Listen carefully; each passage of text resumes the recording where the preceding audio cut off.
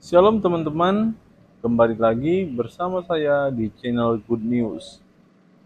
Di dalam channel ini kita akan membahas tentang iman kekristenan.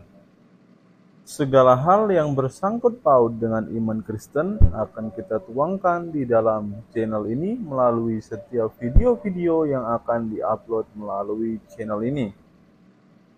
Baik itu materi-materi tentang sejarah kekristenan, kesaksian murtadin, debat lintas iman, ataupun berita-berita terbaru dari dalam iman kekristenan. Sebelum mulai videonya, saya mohon dukungan teman-teman untuk menekan tombol subscribe, like, share, dan komen agar channel ini dapat berkembang dan dapat memberitakan kabar baik kepada semua orang.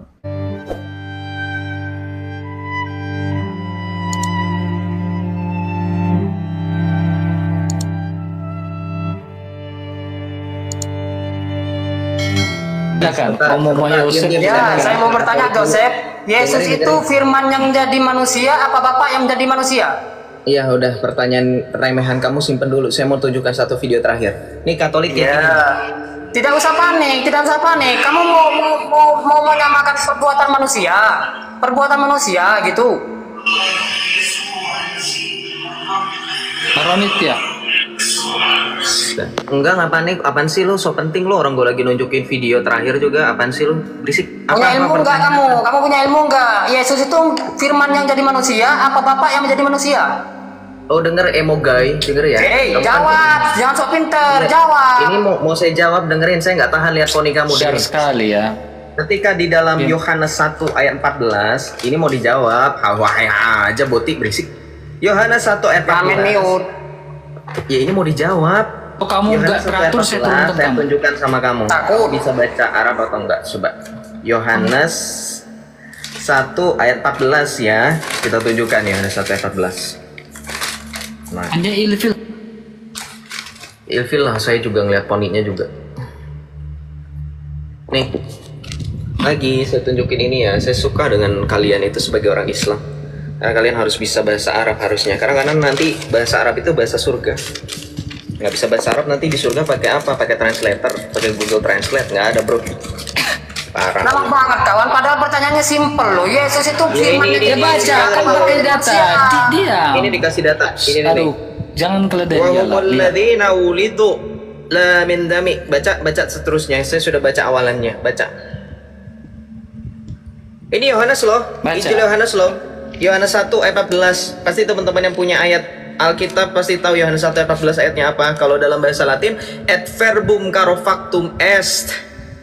Ya, and the word become flesh and dwelling among us. Itu bahasa Inggrisnya. Nah, sekarang bahasa Arabnya.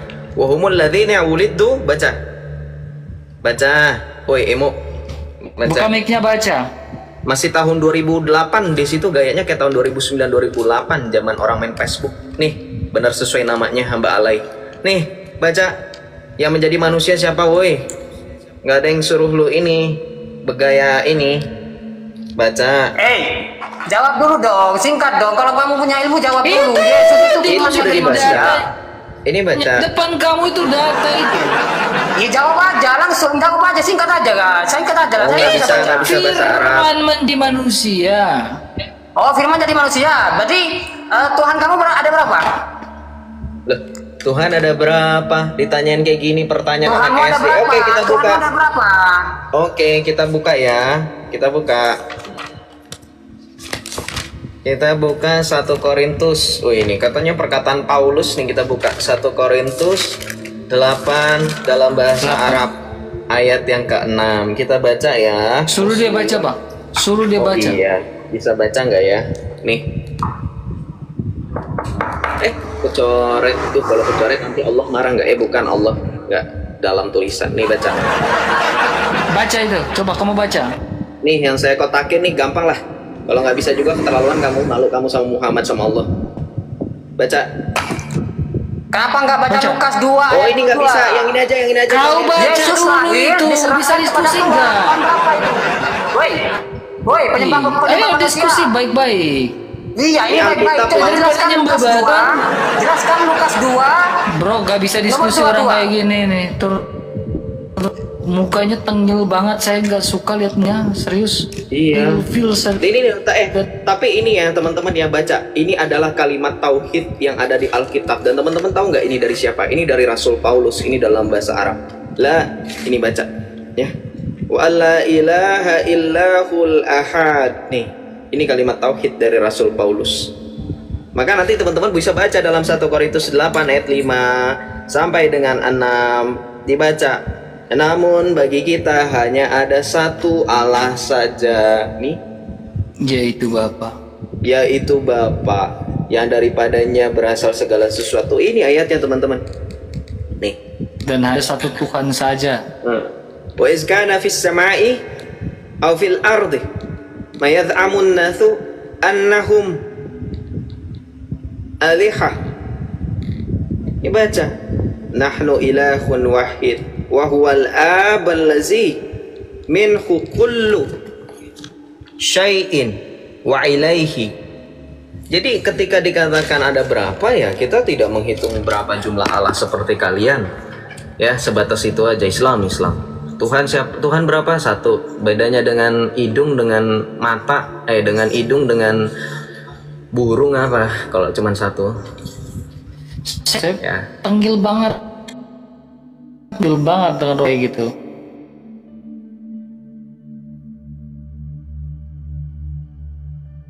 Ya.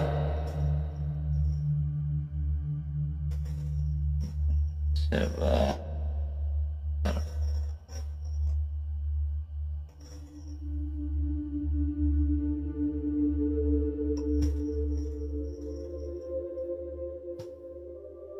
Enggak. Syarul, silakan Syarul, naik Syarul.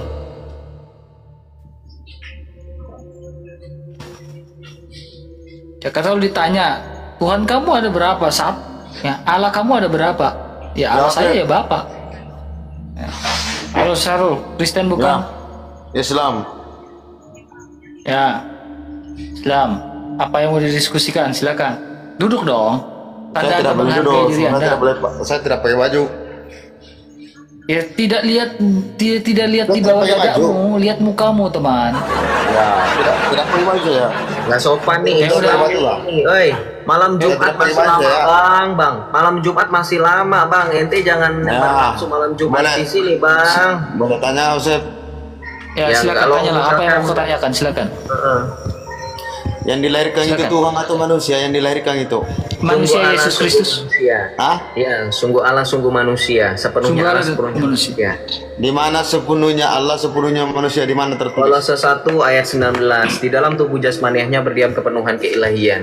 Yohanes 1 ayat 14, firman itu telah menjadi manusia dan diam di antara kita. Kalam nafsi dan kalam nafsi. Saya tanya, yang dilahirkan itu Tuhan atau manusia? Kau bilang Sudah manusia. dijawab. Saya sudah Hah? jawab. Dijawab. Kamu nggak Jadi Tuhan dengerin, kamu yang makanya mana? pakai baju. Makanya Tuhan pakai kamu baju yang dulu. mana? Pakai baju dulu. Dengar nggak tadi sudah Kamu dijawab? ini Tritunggal atau Wanes? Kamu jangan Tritunggal. sosokan Kata Alex sudah pasti Tritunggal atau Tritunggal. Wanes. Oh, Tritunggal. Yang dilahirkan itu kan manusia. Dengerin. Berarti Tuhan, Dengerin. Tuhan kamu itu manusia, betul? Diam dulu, jangan. Kenapa Dengerin sih? Balmon, Biar dengerin kali dulu. kamu. Dengerin, saya nggak lagi ngepick Balmon, dengerin. Ketika sudah dijelaskan Yesus, itu kamu jangan sok-sokan bahas Tritunggal Wanes, sok tahu lu. Ya. Ini lagi bahas Yesus. Yesus itu hubungannya kristologis, bukan teologis. Teologis itu baru berbicara tentang keseluruhan tentang Allah, baru kamu bisa ke Tritunggal atau Wanes. Kalau mengenai Yesus, kita bahas fokus kristologis. Tidak ada membahas tentang Tritunggal, itu beda lagi. Come on, Islam jangan sok pintar lo di sini, jangan sok pede. Membahas tentang Yesus, berarti Bukan kalau saya sepintar di sini, bukan sepintar. Saya tanya, Tuhan kamu tuh ada berapa? Kau mau bilang yang lahir itu 1 manusia. Korintus 8 ayat 6, namun bagi kita hanya ada satu Janganlah Allah. kau lari pergi situ dulu. Jangan lari pergi situ dulu. Proses kayaknya sama saya deh ini orang nih. Sama saya deh. Jangan lari pergi situ dulu. Ya, biar sama saya kayaknya nih. Oh iya, Kamu silakan. mau kencang-kencangan suara dengan saya? Sal? Boleh. Kalau kamu mau kencang-kencangan suara dengan saya, suara kamu ketutup dengan saya. Oh, jangan di mute. Enggak, Ya. suara kamu bakal Ya. ketutup dengan saya. Kamu mau kencang-kencangan suara dengan saya nggak akan bisa. Karena sound card saya kencang Kamu suara saya. bilang, Gak kamu ada bilang suara kamu, tadi. Sarul. Gak ada suara kamu. Makanya coba kita Kamu diskusi bilang. dengan baik. Kamu bilang Ya. tadi. Nah sekarang kalau Yang kita dilahirkan diskusi dengan itu baik, manusia, berarti Tuhan kamu itu manusia. Betul? Tuhan saya dikatakan Tuhan nggak? Yang saya tanya tadi goblok. Enggak, saya tanya Tuhan menurut kamu ini gelar atau nama? Aku tanya kamu goblok. Kok Iya. tanya lagi Kok balik kamu saya. kok bahasa surganya keluar sih? Astaga. Maaf Memang ya kamu teman-teman bodoh. ya, saya tidak bisa Kamu bahasa bodoh kasar karena seperti kamu ya. Maaf ya, saya pingin diskusi dengan bahasanya halus. Ya, nggak mau menggunakan kata-kata monyet atau bodoh, nggak mau saya. Ya, kami Katolik, kami pingin diskusi dengan baik, dengan akademis, dengan bahasa yang ya, bukan diskusi dengan bahasa yang kotor, mulutnya seperti itu. Ya, kami ini bukan room-room yang lain. Room Katolik menunjukkan bahwa diskusinya berkelas. Ya, tanpa mengeluarkan turun kamu enggak. Ya. Kami punya Tuhan yang mengajarkan kasih, dan ketika kami berdiskusi dengan akademis. Bukan diskusi dengan teriak-teriak seperti itu lalu maki-maki orang. Ya, maaf ya teman ya. Kalau mau diskusi itu, tenggorokan saya lagi kurang benar, lagi sakit saya. Gak mau saya teriak-teriakan dengan kamu ya. Mereka kebiasaan. Diskusi ya. baik-baik. Bang RK, mereka sama Tuhannya aja teriak-teriak, apalagi kita sesama manusia. Itu lagi. Apalagi kata-katanya kayak gini kan. Kutuklah manusia ini, kutuk dia dari dunia sampai akhirat, hancurkan dia, hancurkan dia. Akbar silakan. Ayo diskusi baik-baik. Kayaknya kita tanya dia deh. Coba.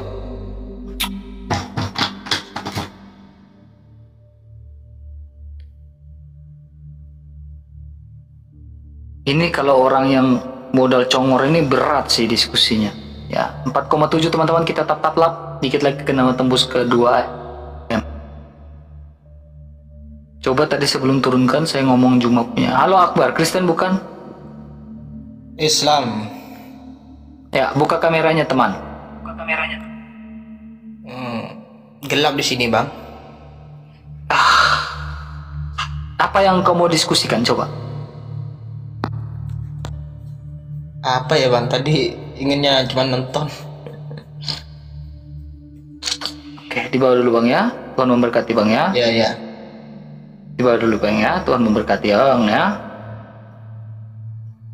Oke, kita naikin lagi. Coba yang naikin sedikit waras gitu ya.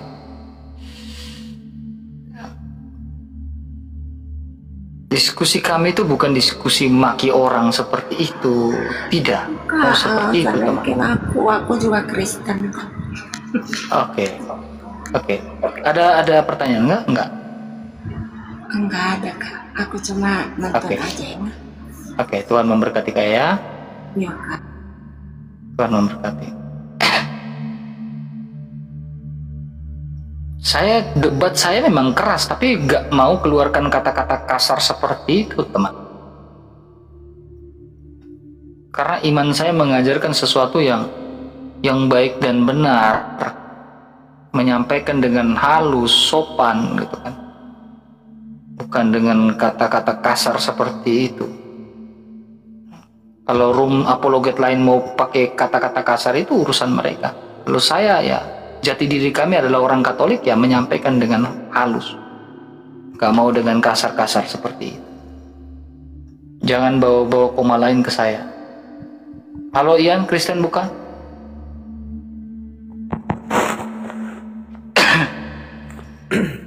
Halo Ian, Kristen bukan? Kristen Bang, Kristen. Oke. Ya. Apa yang mau ditanyakan Bang? Silakan. Nonton aja Bang, nonton aja. Oke. Pencet Bang, pencet. Ya semangat Bang, semangat. Oke. Tuhan memberkati.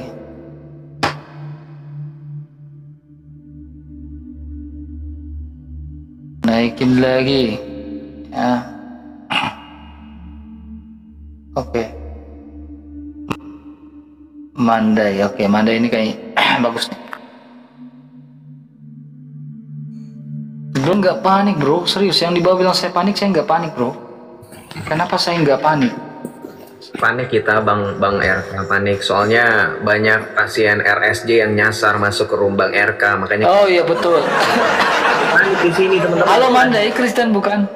Bukan. Assalamualaikum. Ya, waalaikum. Buka kameranya teman. Buka kameranya. Bisa. Tenang cok. Buka kameranya. Makasih ya.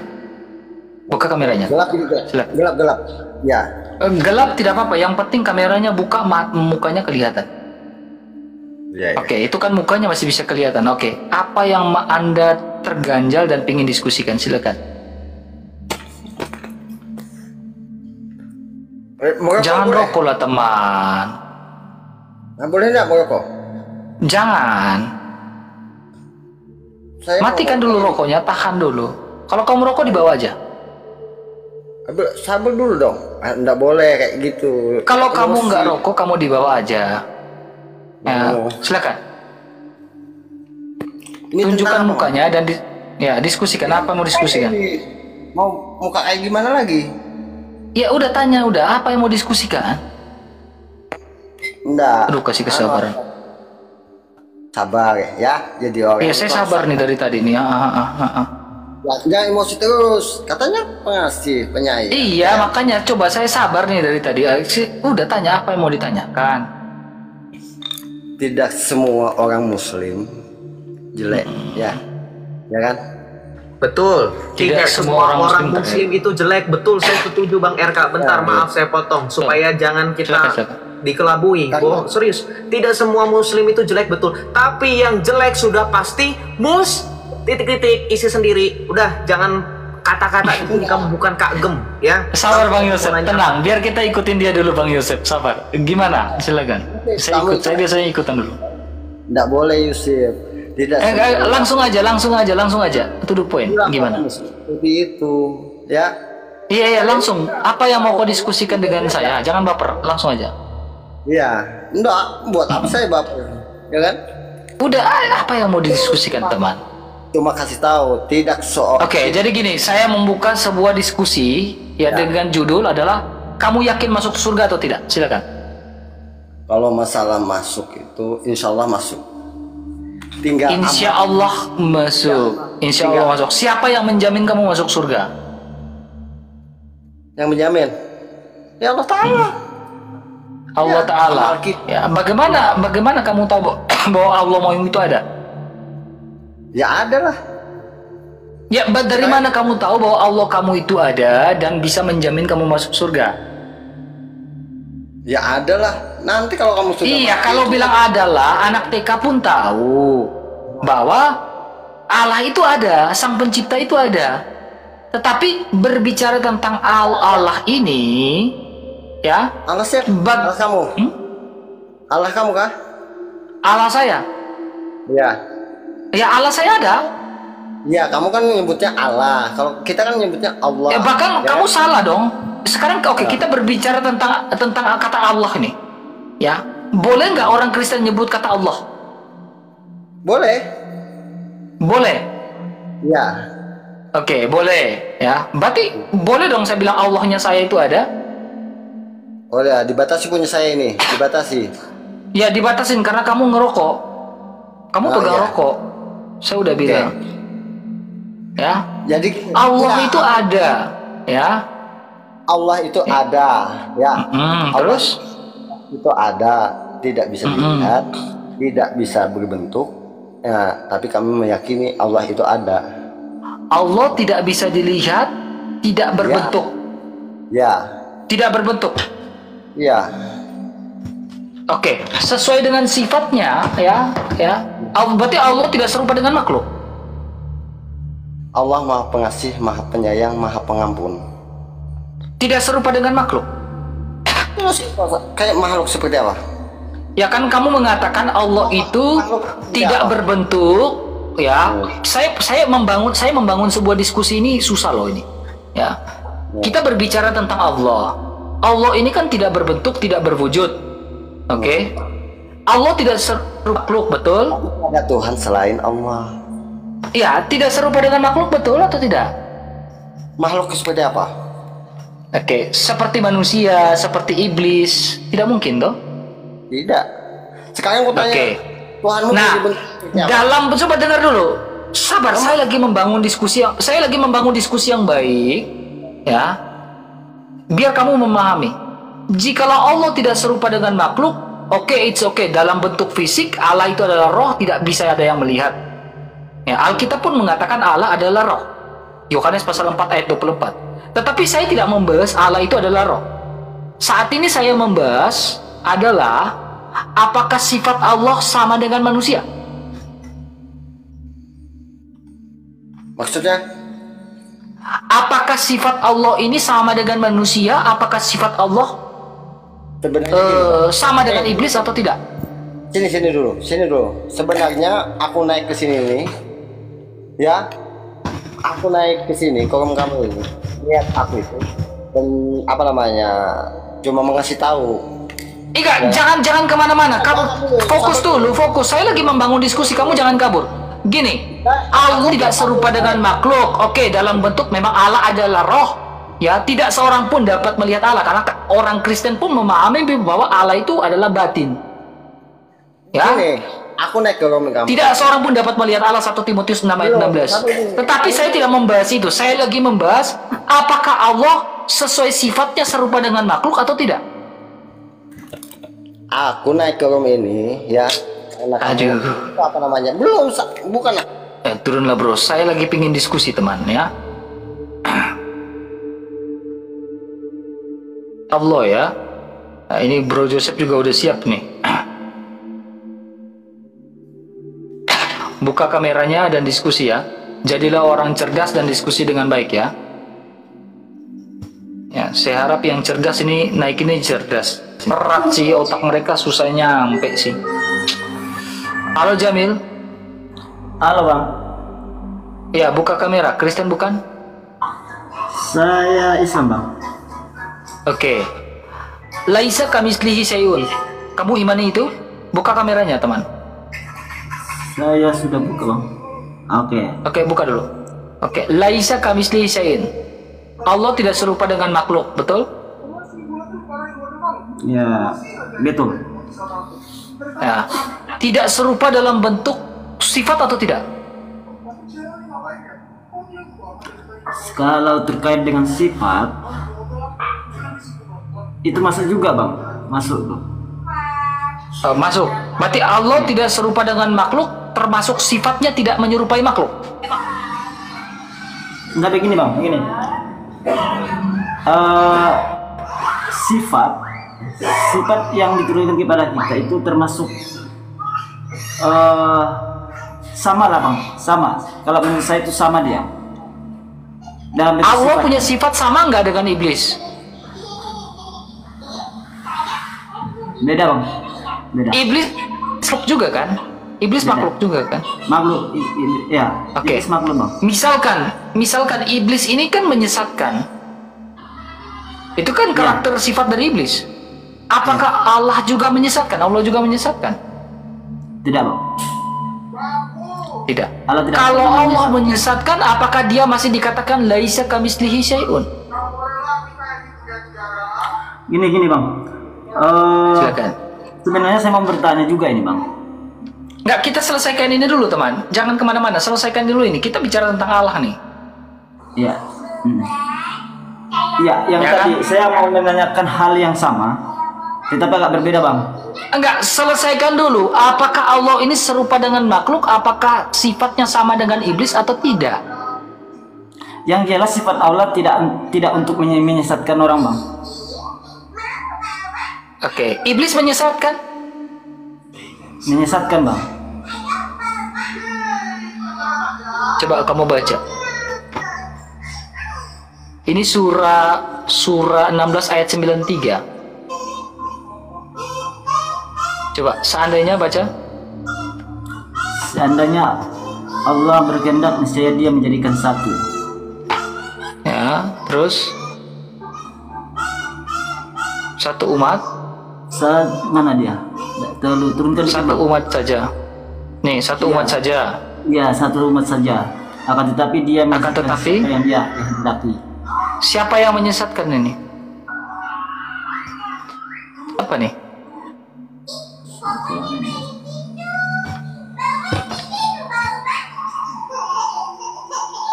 Dia itu siapa? Allah. Hah? Yang menyesatkan itu setan, Bang. Itu dia itu siapa? Coba di bawah dulu satu-satu ya. Dia itu siapa? Bang, ini bukan saya ingin saya tidak bukan membahas soal ini, Bang. Ada yang harus saya kita kan lagi bahas tentang Allah, teman. Jangan macam gitu. Betul. Itu terkait dengan Allah juga, Bang.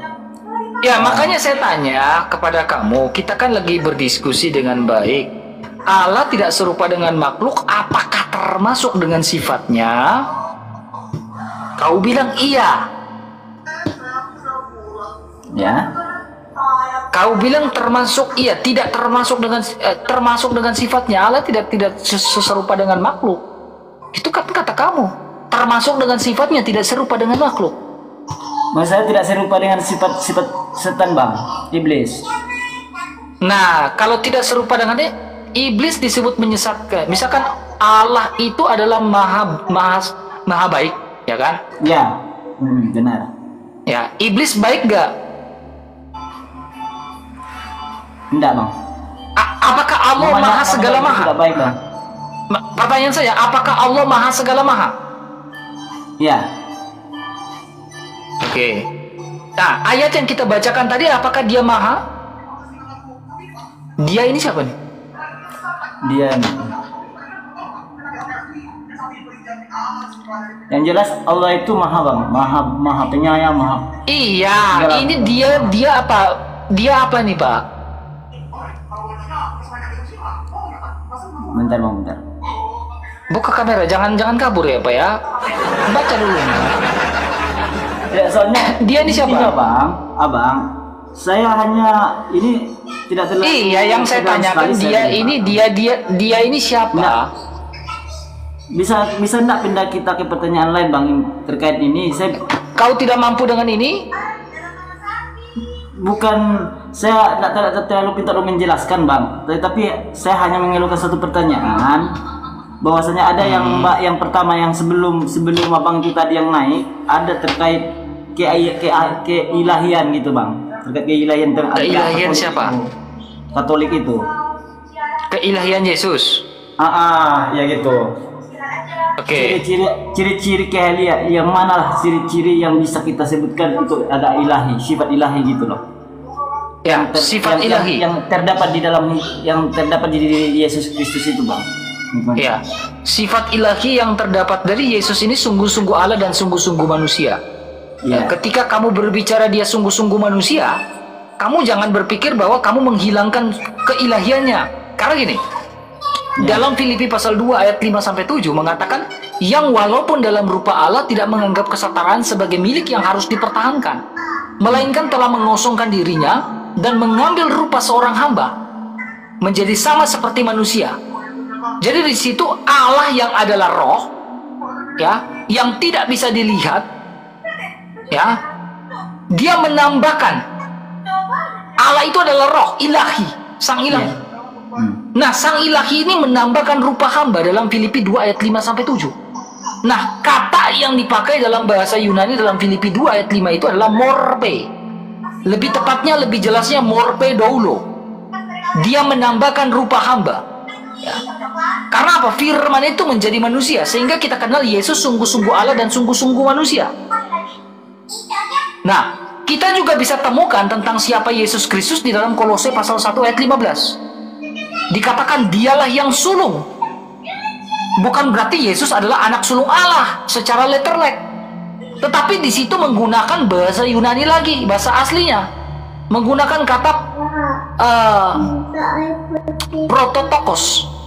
Artinya dia yang keluar dari Bapa. Firman itu yang keluar dari sang Bapa. Firman keluar. Ya, sehingga dikatakan yang sulung. Nah, Yesus memiliki dwi natur, ya. Makanya ketika kamu lihat dwi natur Kristus itu, Kristus itu adalah Duinatur Kristus. Dia sungguh-sungguh Allah dan sungguh-sungguh manusia. Ini Tritunggal. Nah, gambar di belakang saya ini termasuk menunjukkan Duinatur Kristus. Nah, lihat tangan Yesus Kristus buat apa? Begini. Ini Duinatur Kristus. Ya. Sehingga ya, ketika Yesus tidur, itu sisi kemanusiaan dia. Ketika dia mengalami lapar, isi kemanusiaan dia. Tetapi jangan kau lupa ketika dia mempunyai kuasa untuk membangkitkan orang mati, ketika dia mempunyai kuasa memberikan pengampunan, ketika dia mempunyai kuasa mengutus malaikat-malaikat, ketika dia punya kuasa menyembuhkan orang, karena dia adalah Alfa dan Omega, yang awal dan yang akhir, yang batin dan yang zahir. Yang batin adalah kita tidak bisa mengenal Allah, tetapi anak tunggal Allah yaitu Firman yang menyatakan. Dialah yang menyatakan, sehingga kita mengenal siapa Allah itu. Sehingga Alkitab mengatakan di dalam dirinya terdapat kepenuhan segala sesuatu. Dia sungguh-sungguh Allah dan sungguh-sungguh manusia. Kita bisa tahu sisi kemanusiaannya apa. Dia lapar, dia tidur. Tapi sisi kealahannya kita temukan dia apa. Dia mempunyai kuasa, bahkan punya kuasa memberikan pengampunan. Dosamu sudah diampuni, pulanglah dan janganlah berbuat dosa lagi. Siapa yang bisa mengampuni dosa? Sehingga kita akan temukan, teman, ya, ini ayat yang saya tunjukkan di dalam Amsal pasal 30. Ya. Amsal pasal 30, Amsal 33 ya. Amsal pasal 30. Oke, Amsal pasal 30. Nih. Kau perhatikan baik-baik. Dia katakan apa? Amsal 30 dia bilang apa? Ini Amsal ya. Siapakah yang naik ke surga lalu turun? Anak manusia. Anak manusia bukan berarti orang Midian. Tuhan berfirman kepada Musa, lakukanlah pembalasan orang Israel kepada orang Midian. Kemudian engkau akan dikumpulkan kepada kaum leluhurmu. Lalu berkatalah Musa kepada bangsa itu, baiklah, sejumlah orang dari antaramu mempersenjatai diri untuk berperang, supaya mereka melawan Midian untuk menjalankan pembalasan Tuhan terhadap Midian. Dari setiap suku di antara segala suku Israel haruslah kamu menyuruh 1000 orang untuk berperang. Demikianlah diserahkan dari kaum-kaum Israel 1000 orang dari tiap-tiap suku. Jadi 12.000 orang bersenjata untuk berperang. Lalu Musa menyuruh mereka untuk berperang 1000 orang dari tiap-tiap suku bersama-sama dengan Pinehas anak Imam Eleazar untuk berperang dengan membawa perkakas tempat kudus dan nafiri-nafiri pemberi tanda semboyan. Kemudian berperanglah mereka melawan Midian seperti yang diperintahkan Tuhan kepada Musa, lalu membunuh semua laki-laki mereka. Selain dari orang-orang yang mati terbunuh itu, mereka pun membunuh juga raja-raja Midian, yakni Ewi, Rekem, Zur, Hur, dan Reba, kelima raja Midian. Juga Bileam bin Beor dibunuh mereka dengan pedang. Kemudian Israel menawan perempuan-perempuan Midian dan anak-anak mereka, juga segala hewan, segala ternak, dan segenap kekayaan mereka dijarah. Dan segala kota kediaman serta segala tempat perkemahan mereka dibakar. Kemudian diambillah seluruh jarahan dan seluruh rampasan berupa manusia dan hewan itu, dan dibawalah orang-orang tawanan, rampasan dan jarahan itu kepada Musa dan Imam Eleazar dan kepada umat Israel ke tempat perkemahan di dataran Moab yang di tepi sungai Yordan dekat Yeriko. Lalu pergilah Musa dan Imam Eleazar dan semua pemimpin umat itu sampai ke luar tempat perkemahan untuk menyongsong mereka. Maka gusarlah Musa kepada para pemimpin tentara itu, kepada para kepala pasukan 1000 dan para kepala pasukan 100 yang berpulang dari peperangan. Dan Musa berkata kepada mereka, kamu biarkankah semua perempuan hidup?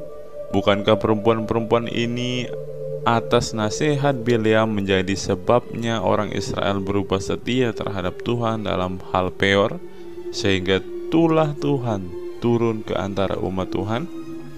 Maka sekarang bunuhlah semua laki-laki di antara anak-anak mereka, dan juga semua perempuan yang pernah bersetubuh dengan laki-laki haruslah kamu bunuh. Tetapi semua orang muda di antara perempuan yang belum pernah bersetubuh dengan laki-laki haruslah kamu biarkan hidup bagimu. Tetapi kamu ini berkemahlah 7 hari lamanya di luar tempat perkemahan. Setiap orang yang telah membunuh dan setiap orang yang kena kepada orang yang mati terbunuh haruslah menghapus dosa dari dirinya pada hari yang ketiga dan pada hari yang ketujuh. Kamu sendiri dan orang-orang tawananmu juga, setiap pakaian dan setiap barang kulit dan setiap barang yang dibuat dari bulu kambing dan setiap barang kayu haruslah disucikan. Lalu berkatalah Imam Eleazar kepada para prajurit yang telah pergi bertempur itu, inilah ketetapan hukum yang diperintahkan Tuhan kepada Musa. Hanya emas dan perak, tembaga, besi, timah putih dan timah hitam, segala yang tahan api, haruslah kamu lalukan dari api supaya menjadi tahir. Tetapi semuanya itu haruslah juga disucikan dengan air penyuci, dan segala yang tidak tahan api haruslah kamu lalukan dari air. Lagi pula kamu harus mencuci pakaianmu pada hari yang ketujuh supaya kamu tahir, dan kemudian bolehlah kamu masuk ke tempat perkemahan.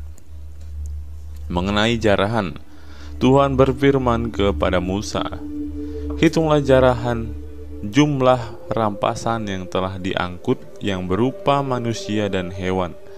Engkau ini dan Imam Eleazar serta kepala-kepala puak umat itu. Lalu bagi dualah rampasan itu kepada pasukan bersenjata yang telah keluar berperang dan kepada segenap umat yang lain. Dan engkau harus mengkhususkan upeti bagi Tuhan dari para prajurit yang keluar bertempur itu, yakni 1 dari setiap 500, baik dari manusia, baik dari lembu, dari keledai, dan dari kambing domba. Dari yang setengah yang telah didapat mereka haruslah engkau mengambilnya, lalu menyerahkannya kepada Imam Eleazar sebagai persembahan khusus bagi Tuhan. Tetapi dari yang setengah lagi yang untuk orang Israel lain haruslah engkau mengambil 1 ambilan dari setiap 50, baik dari manusia, baik dari hewan, dari keledai, dan dari kambing domba. Jadi dari segala hewan, lalu menyerahkan semuanya kepada orang Lewi memelihara kemah suci Tuhan. Kemudian Musa dan Imam Eleazar melakukan seperti yang diperintahkan Tuhan kepada Musa. Ada perampasan yakni yang masih tinggal dari apa yang telah dijarah laskar itu berjumlah 675.000 ekor kambing domba dan 72.000 ekor lembu dan 61.000 ekor keledai. Selanjutnya orang-orang, yaitu perempuan-perempuan yang belum pernah bersetubuh dengan laki-laki, seluruhnya 32.000 orang. Yang setengah yang menjadi bagian orang-orang yang telah keluar berperang itu jumlahnya 337.500 ekor kambing domba. Jadi upeti bagi Tuhan dari kambing domba itu ada 675 ekor lembu 36.000 ekor. Jadi upetinya bagi Tuhan ada 72 ekor. Keledai-keledai 30.500 ekor. Jadi upetinya bagi Tuhan ada 61 ekor. Dan orang-orang 16.000 orang. Jadi upetinya bagi Tuhan 32 orang. Lalu Musa menyerahkan upeti yang dikhususkan bagi Tuhan itu kepada Imam Eleazar seperti yang diperintahkan Tuhan kepada Musa. Yang setengah lagi yang menjadi bagian orang Israel lain, yang dipisahkan Musa dari bagian orang-orang yang telah berperang itu, yaitu yang setengah yang menjadi bagian umat yang lain, domba 337.500 ekor, lembu-lembu 36.000 ekor, keledai-keledai 30.500 ekor, dan orang-orang 16.000 orang.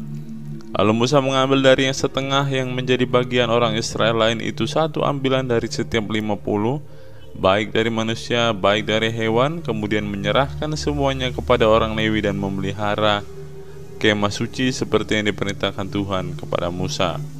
Lalu mendekatlah para pemimpin tentara, yakni kepala-kepala pasukan 1.000 dan kepala-kepala pasukan 100 kepada Musa, serta berkata kepadanya, hamba-hambamu ini telah menghitung jumlah prajurit yang ada di bawah kuasa kami, dan dari mereka tidak ada seorang pun yang hilang. Sebab itu kami mempersembahkan sebagian persembahan kepada Tuhan apa yang didapat masing-masing, yakni barang-barang emas, gelang kaki, gelang tangan, cincin, materai, anting-anting, dan kerongsang untuk mengadakan pendamaian bagi nyawa kami di hadapan Tuhan. Maka Musa dan Imam Eleazar menerima dari mereka emas itu, semuanya barang-barang tumpaan, dan segala emas persembahan khusus yang dipersembahkan mereka kepada Tuhan, yakni yang dari pihak kepala-kepala pasukan 1.000 dan kepala-kepala pasukan 100 ada 16.750 sikal beratnya. Tetapi prajurit-prajurit itu masing-masing telah mengambil jarahan bagi dirinya sendiri. Setelah Musa dan Imam Eleazar menerima emas itu dari pihak kepala-kepala pasukan 1.000 dan kepala-kepala pasukan 100, maka mereka membawanya ke dalam kemah pertemuan sebagai peringatan di hadapan Tuhan untuk mengingat orang Israel. Bilangan 32, penyerahan daerah sebelah timur Sungai Yordan. Adapun Bani Ruben dan Bani Gad ternaknya banyak, bahkan sangat banyak sekali. Ketika mereka melihat tanah Yaezer dan tanah Gilead, tampaklah tempat itu yang baik untuk peternakan. Lalu datanglah Bani Gad dan Bani Ruben dan berkata kepada Musa, Imam Eleazar, dan kepada para pemimpin itu, Atarot, Dibon, Yaezer, Nimra, Esibon, Eleale, Sebam, Nebo, dan Beon, negeri yang telah dikalahkan oleh Tuhan untuk umat Israel, itulah suatu negeri yang baik untuk peternakan, dan hamba-hambamu ini memang ada ternaknya. Lagi kata mereka, jika kami mendapat kasih-Mu, biarlah negeri ini diberikan kepada hamba-hambamu ini sebagai milik. Janganlah kami harus pindah ke seberang Sungai Yordan. Jawab Musa kepada Bani Gad dan Bani Ruben itu, masakan saudara-saudaramu pergi berperang dan kamu tinggal di sini? Mengapa kamu hendak membuat enggan hati orang Israel untuk menyeberang ke negeri yang diberikan Tuhan kepada mereka? Demikian juga dilakukan bapa-bapamu ketika aku menyuruh mereka dari Kades Barnea untuk melihat-lihat ke negeri itu. Mereka berjalan sampai ke lembah Eskol melihat-lihat negeri dan membuat enggan hati orang Israel, sehingga mereka tidak mau pergi ke negeri yang diberikan Tuhan kepada mereka. Maka bangkitlah murka Tuhan pada waktu itu, dan ia bersumpah bahwasannya orang-orang yang telah berjalan dari Mesir yang berumur 20 tahun ke atas tidak akan melihat negeri yang kujanjikan dengan bersumpah kepada Abraham, Ishak, dan Yakub, oleh karena tidak mengikuti aku dengan sepenuh hatinya, kecuali Kaleb bin Yefune orang Kenas itu dan Yosua bin Nun, sebab keduanya mengikuti Tuhan dengan sepenuh hatinya. Sebab itu bangkitlah murka Tuhan kepada orang Israel, sehingga ia membuat mereka mengembara pada padang gurun 40 tahun lamanya, sampai habis mati segenap angkatan yang telah berbuat jahat di mata Tuhan. Dan sekarang kamu bangkit ganti bapa-bapamu, suatu kawanan orang-orang berdosa, untuk menambah lagi murka Tuhan yang menyala-nyala kepada orang Israel itu. Jika kamu berbalik membelakangi dia, maka kamu akan lebih lama lagi dibiarkannya tinggal di padang gurun, dan kamu akan membawa kemusnahan atas seluruh bangsa ini. Tetapi mendekatlah mereka kepadanya serta berkata, kami hendak mendirikan kandang-kandang kambing domba di sini untuk ternak kami dan kota-kota untuk anak-anak kami. Tetapi kami sendiri akan mempersenjatai diri, dan dengan bersegera kami akan berjalan di depan orang Israel sampai kami membawa mereka ke tempatnya. Sementara itu anak-anak kami akan tinggal dalam kota-kota yang berkubu oleh karena penduduk negeri ini. kami tidak akan pulang ke rumah kami sampai setiap orang Israel memperoleh milik pusakanya. Sebab kami tidak mau menerima milik pusaka di seberang sungai Yordan sana, dan seterusnya. Apabila kami mendapat milik pusaka di seberang sungai Yordan sini di sebelah timur. Lalu berkatalah Musa kepada mereka, jika kamu hendak berbuat demikian, jika kamu hendak mempersenjatai diri untuk berperang di hadapan Tuhan, dan setiap orang dari kamu yang telah bersenjata hendak menyeberangi sungai Yordan di hadapan Tuhan, sampai ia menghalau musuh-musuhnya dari hadapannya, sehingga negeri itu takluk ke hadapan Tuhan, dan jika kemudian kamu pulang, maka akan bebaslah kamu dari kewajibanmu kepada Tuhan dan kepada Israel, dan negeri ini pun akan menjadi milikmu di hadapan Tuhan. Tetapi jika kamu tidak berbuat demikian, sesungguhnya kamu berdosa kepada Tuhan, dan kamu akan mengalami bahwa dosamu itu akan menimpa kamu. Dirikanlah kota-kota bagi anak-anakmu dan kandang-kandang bagi kambing dombamu, dan perbuatlah apa yang telah kamu ucapkan. Maka berkatalah Bani Gad dan Bani Ruben itu kepada Musa, hamba-hambamu ini akan berbuat seperti yang diperintahkan Tuanku. Anak-anak, istri-istri kami, ternak, dan hewan kami akan tinggal di sini di kota-kota Gilead. Tetapi hamba-hambamu ini akan menyeberang di hadapan Tuhan untuk bertempur, yakni setiap orang yang bersenjata untuk berperang seperti yang dikatakan Tuanku. Lalu Musa memberi perintah mengenai mereka kepada Imam Eleazar dan kepada Yosua bin Nun dan kepada kepala-kepala puak dari pasukan suku-suku Israel. Maka Musa berkata kepada mereka, jika Bani Gad dan Bani Ruben itu telah menyeberangi sungai Yordan bersama-sama dengan kamu untuk berperang di hadapan Tuhan, yakni semuanya orang yang bersenjata untuk berperang, dan jika negeri itu telah takluk kepadamu, maka haruslah kamu memberikan tanah Gilead kepada mereka sebagai milik. Tetapi jika mereka tidak menyeberang dengan bersenjata bersama-sama dengan kamu, maka haruslah mereka menerima tanah miliknya di tengah-tengahmu di tanah Kanaan. Lalu Bani Gad dan Bani Ruben itu menjawab, apa yang difirmankan Tuhan kepada hamba-hambamu ini akan kami lakukan. Kami sendiri akan menyeberang dengan bersenjata di hadapan Tuhan di tanah Kanaan, tetapi bagi kami tetaplah tanah milik pusaka kami di seberang sungai Yordan sini. Lalu Musa memberikan kepada mereka, kepada Bani Gad, kepada Bani Ruben, dan kepada setengah suku Manasye bin Yusuf, kerajaan Sihon raja orang Amori dan kerajaan Og raja Basan, yakni negeri mereka beserta kota-kotanya di seluruh negeri itu dengan daerah-daerah setiap kota itu. Maka Bani Gad membangun kota-kota Dibon, Atarot, Aroer, Atarot Sofan, Yaezer, Yokbeha, Bet Nimra, Bet Haran sebagai kota-kota yang berkubu dan sebagai tempat kandang-kandang kambing domba. Dan Bani Ruben membangun kota-kota Hesibon, Eleale, Kiryataim, Nebo, Baalmeon dengan mengganti nama-namanya, dan Sibma, dan mereka memberi nama lain kepada kota-kota yang dibangun mereka itu. Bani Makir bin Manasye pergi ke Gilead, mereka merebutnya dan menghalau orang Amori yang ada di sana. Lalu Musa memberikan Gilead kepada Makir bin Manasye dan diamlah ia di sana. Yair anak Manasye pergi merebut dusun-dusunnya dan menamai Hawat Yair. Nabot pergi merebut Kenat dengan segala anak kotanya dan menamainya Nobah menurut namanya sendiri. Bilangan 33. Tempat-tempat persinggahan orang Israel di padang gurun. Inilah tempat-tempat persinggahan orang Israel setelah mereka keluar dari Mesir, pasukan demi pasukan di bawah pimpinan Musa dan Harun. Musa menuliskan perjalanan mereka dari tempat persinggahan ke tempat persinggahan sesuai dengan titah Tuhan, dan inilah tempat-tempat persinggahan mereka dalam perjalanan mereka.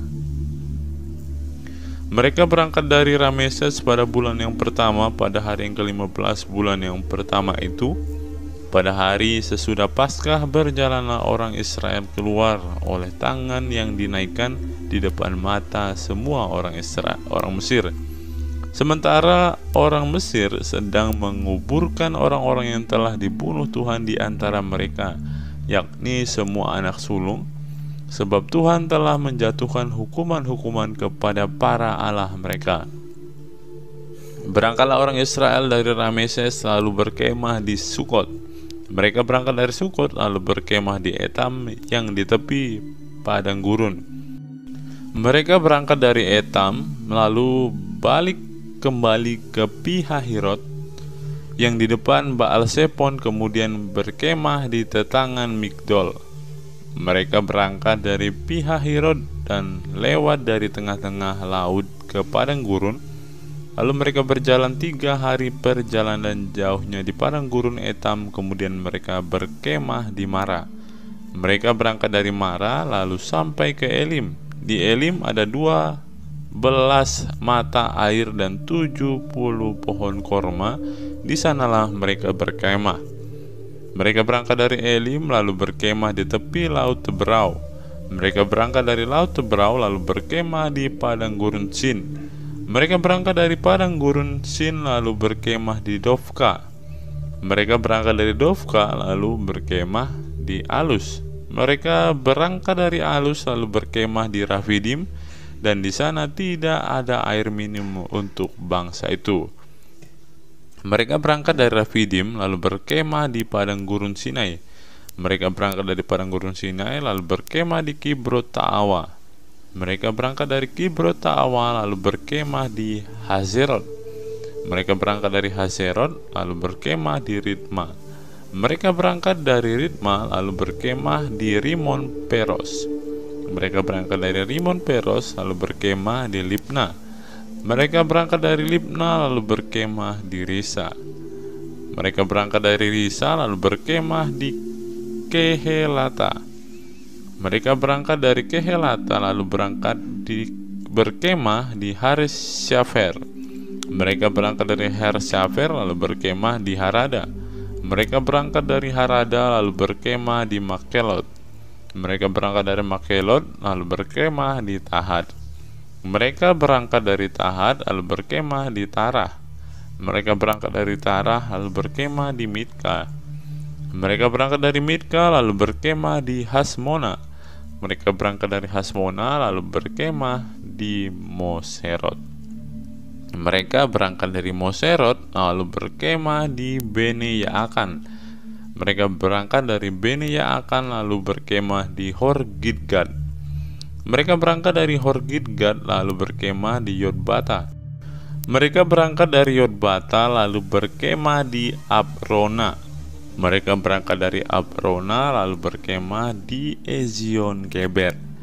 Mereka berangkat dari Ezion Geber lalu berkemah di padang gurun Zin, yaitu Kades. Mereka berangkat dari Kades lalu berkemah di Gunung Hor di perbatasan tanah Edom.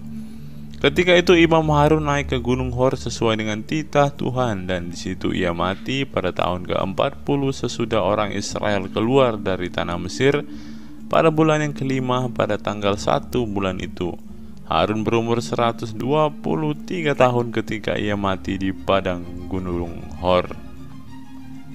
Pada waktu itu Raja negeri Arad, orang Kanaan itu yang tinggal di tanah Negeb di tanah Kanaan, mendengar kabar tentang kedatangan orang Israel. Berangkatlah mereka dari Gunung Hor lalu berkemah di Zalmona. Mereka berangkat dari Zalmona lalu berkemah di Punon. Mereka berangkat dari Punon lalu berkemah di Obot. Mereka berangkat dari Obot lalu berkemah dekat reruntuhan di Abiram daerah Moab. Mereka berangkat dari reruntuhan itu lalu berkemah di Dibon-Gad. Mereka berangkat dari Dibon-Gad lalu berkemah di Almon Diblatayim. Mereka berangkat dari Almon Diblatayim lalu berkemah di pegunungan Abarim di depan Nebo. Mereka berangkat dari pegunungan Abarim lalu berangkat dari dataran Moab itu ke tepi sungai Yordan dekat Yeriko. Mereka berkemah di tepi sungai Yordan dari Bet Yesimot sampai ke Abel Sitim di dataran Moab. Apa yang harus dilakukan sesudah tanah Kanaan direbut? Tuhan berfirman kepada Musa di dataran Moab di tepi sungai Yordan dekat Yeriko.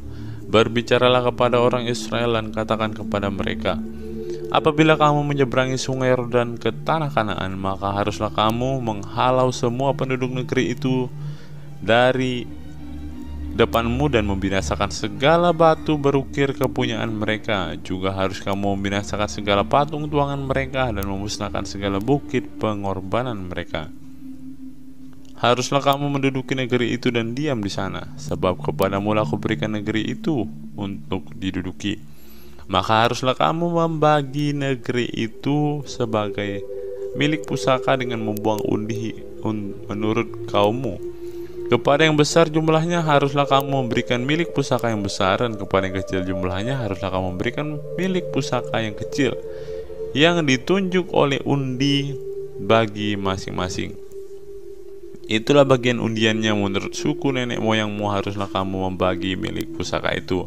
Tetapi jika kamu tidak menghalau penduduk negeri itu dari depanmu, maka orang-orang yang kamu tinggalkan hidup dari mereka akan menjadi seperti selumbar di matamu dan seperti duri yang menusuk lambungmu. Dan mereka akan menyesatkan kamu di negeri yang akan kamu diami itu. Maka akan kulakukan kepadamu seperti yang kurancang melakukan kepada mereka. Bilangan pasal 34. Batas-batas tanah Kanaan. Tuhan berfirman kepada Musa, perintahkanlah kepada orang Israel dan katakanlah kepada mereka, apabila kamu masuk ke negeri Kanaan, maka inilah negeri yang akan jatuh kepadamu sebagai milik pusaka, yakni tanah Kanaan menurut batas-batasnya. Adapun sisi selatanmu ialah dari padang gurun Sin menyusur Edom, maka batas selatanmu mulai dari ujung laut asin di sebelah timur. Lalu batasmu membelok di selatan pendakian Akrabim, terus ke Zin dan berakhir di sebelah selatan Kades Barnea. Sesudah itu ia mencapai Hazar Adar dan terus ke Asmon. Kemudian batas itu membelok dari Asmon ke sungai Mesir yang berakhir ke laut. Batas baratmu ialah laut besar dan pantainya, itulah batas baratmu. Inilah batas utaramu, mulai dari laut besar haruslah kamu buat tanda batas ke Gunung Hor. Dari Gunung Hor harus kamu buat tanda batas ke jalan yang menuju ke Hamat, lalu batas itu mencapai Zerat. Kemudian batas itu mencapai Sifron dan berakhir di Hazar Enan, itulah batas utaramu. Sebagai batasmu di sebelah timur haruslah kamu membuat tanda batas dari Hazar Enan ke Sefam. Dari Sefam batas itu turun ke Ripla di sebelah timur Ain. Kemudian batas itu turunlah lagi dan mencapai tebing danau Kineret di sebelah timur. Lalu batas itu turun ke sungai Yordan dan berakhir di laut asin, itulah negerimu menurut batas-batasnya sekeliling. Mengenai pembagian tanah Kanaan, Musa memerintahkan kepada orang Israel, itulah negeri yang akan kamu bagi sebagai milik pusaka dengan membuang undi dan yang diperintahkan Tuhan untuk diberikan kepada suku yang 9,5 itu. Sebab suku Bani Ruben menurut puak-puak mereka dan suku Bani Gad menurut puak-puak mereka telah menerima milik pusaka, juga suku Manase yang setengah itu telah menerimanya. 2,5 suku itu telah menerima milik pusaka mereka di seberang sungai Yordan di dekat Yeriko di sebelah timur. Tuhan berfirman kepada Musa, inilah nama orang-orang yang harus membagikan tanah itu kepadamu sebagai milik pusaka, Imam Eleazar dan Yosua bin Nun.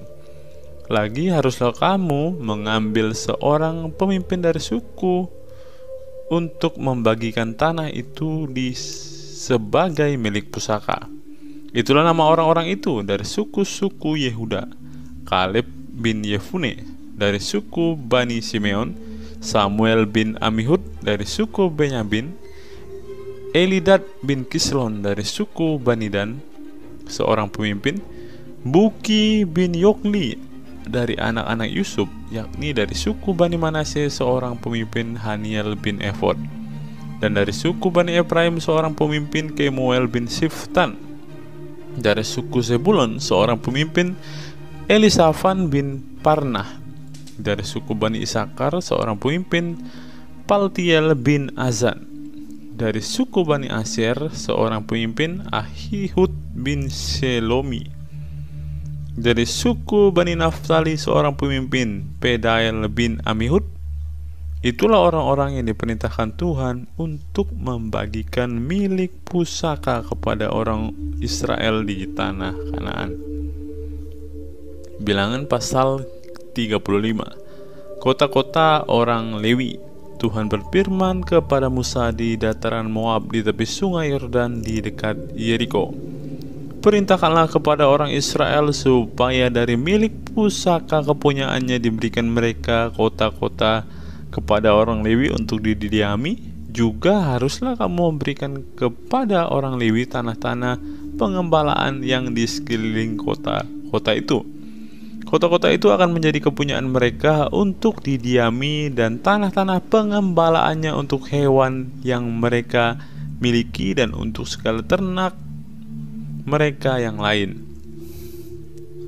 Tanah-tanah pengembalaan kota-kota yang harus kamu berikan kepada orang Lewi itu ialah dari tembok kota keluar 1000 hasta berkeliling. Di luar kota itu haruslah kamu mengukur 2000 hasta di sisi timur dan 2000 hasta di sisi selatan dan 2000 hasta di sisi barat dan 2000 hasta di sisi utara. Sehingga kota itu berada di tengah-tengahmu. Itulah bagi mereka tanah-tanah pengembalaan kota-kota. Mengenai kota-kota yang harus kamu berikan kepada orang Lewi itu, ialah 6 kota perlindungan yang harus kamu berikan supaya orang pembunuh dapat melarikan diri ke sana. Di samping itu haruslah kamu memberikan 42 kota.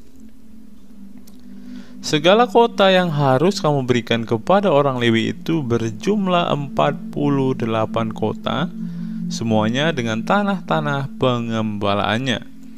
Mengenai kota-kota yang akan kamu berikan dari tanah milik orang Israel dari suku yang banyak jumlahnya, haruslah kamu ambil banyak, dan dari suku yang sedikit jumlahnya haruslah kamu ambil sedikit. Setiap suku harus memberikan dari kota-kotanya kepada orang Lewi sekadar milik pusaka yang dibagikan kepadanya. Kota-kota perlindungan. Tuhan berfirman kepada Musa, "Berbicaralah kepada orang Israel dan katakanlah kepada mereka, apabila kamu menyeberangi sungai Yordan ke tanah Kanaan, maka haruslah kamu memilih beberapa kota yang menjadi kota-kota perlindungan bagimu, supaya orang pembunuh yang telah membunuh seseorang dengan tidak sengaja dapat melarikan diri ke sana. Kota-kota itu akan menjadi tempat perlindungan bagimu terhadap penuntut balas, supaya pembunuh jangan mati sebelum ia dihadapkan kepada rapat umat untuk diadili. Dan kota-kota yang kamu tentukan itu haruslah 6 buah kota perlindungan bagimu. 3 kota harus kamu tentukan di seberang sungai Yordan sini, dan 3 kota harus kamu tentukan di tanah Kanaan, semuanya kota-kota perlindungan. Ke-6 kota itu haruslah menjadi tempat perlindungan bagi orang Israel dan bagi orang asing dan pendatang di tengah-tengahmu, supaya setiap orang yang telah membunuh seseorang dengan tidak sengaja dapat melarikan diri ke sana. Tetapi jika ia membunuh orang itu dengan benda besi sehingga orang itu mati, maka ia seorang pembunuh, pastilah pembunuh itu dibunuh. Dan jika ia membunuh orang itu dengan batu di tangan yang mungkin menyebabkan matinya seseorang sehingga orang itu mati, maka ia seorang pembunuh, pastilah pembunuh itu dibunuh. Atau jika ia membunuh orang itu dengan benda kayu di tangan yang mungkin menyebabkan matinya seseorang sehingga orang itu mati, maka ia seorang pembunuh, pastilah pembunuh itu dibunuh. Penuntut darahlah yang harus membunuh pembunuh itu. Pada waktu bertemu dengan dia, ia harus membunuh dia. Juga jika ia menumbuk orang itu karena benci atau melempar dia dengan sengaja sehingga orang itu mati, atau jika ia memukul dia dengan tangannya karena perasaan permusuhan sehingga orang itu mati, maka pastilah si pemukul itu dibunuh. Dan seorang pembunuh, penuntut darah, harus membunuh pembunuh itu pada waktu bertemu dengan dia. Tetapi jika ia sekonyong-konyong menumbuk orang itu dengan tidak ada perasaan permusuhan atau tidak sengaja melemparkan sesuatu benda kepadanya, atau dengan kurang ingat menjatuhkan kepada orang itu sesuatu batu yang mungkin menyebabkan matinya seseorang sehingga orang itu mati, sedangkan dia tidak merasa bermusuh dengan orang itu juga tidak mengikhtiarkan celakanya, maka haruslah rapat umum mengadili orang yang membunuh itu dan penuntut darah menurut hukum ini, dan haruslah rapat umat membebaskan pembunuh dari tangan penuntut darah, dan haruslah rapat umat mengembalikan dia ke kota perlindungan, ke tempat ia telah melarikan diri. Disitulah ia harus tinggal sampai matinya imam besar yang telah diurapi dengan minyak yang kudus. Tetapi jika terjadi bahwa pembunuh itu keluar dari batas kota perlindungan tempat ia melarikan diri, dan penuntut darah mendapat dia di luar batas kota perlindungannya, dan penuntut darah membunuh pembunuh itu, maka tidaklah ia berhutang darah, sebab pembunuh itu wajib tinggal di kota perlindungan sampai matinya imam besar. Tetapi sesudah matinya imam besar, bolehlah pembunuh itu kembali ke tanah kepunyaannya sendiri. Itulah semuanya yang harus menjadi ketetapan hukum bagi turun-temurun di segala tempat kediamanmu. Setiap orang yang telah membunuh seseorang haruslah dibunuh sebagai pembunuh menurut keterangan saksi-saksi. Tetapi kalau hanya satu orang saksi saja tidak cukup untuk memberi keterangan terhadap seseorang dalam perkara hukuman mati.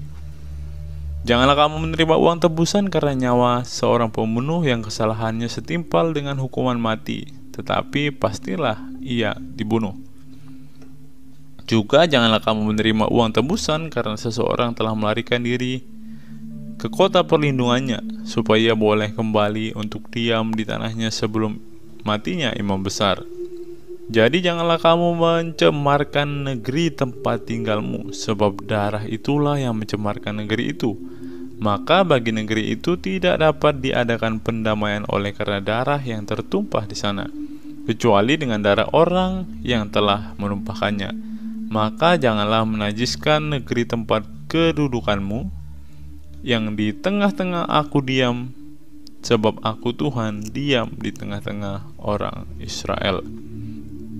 Bilangan 36. Syarat perkawinan anak-anak perempuan yang mempunyai hak waris.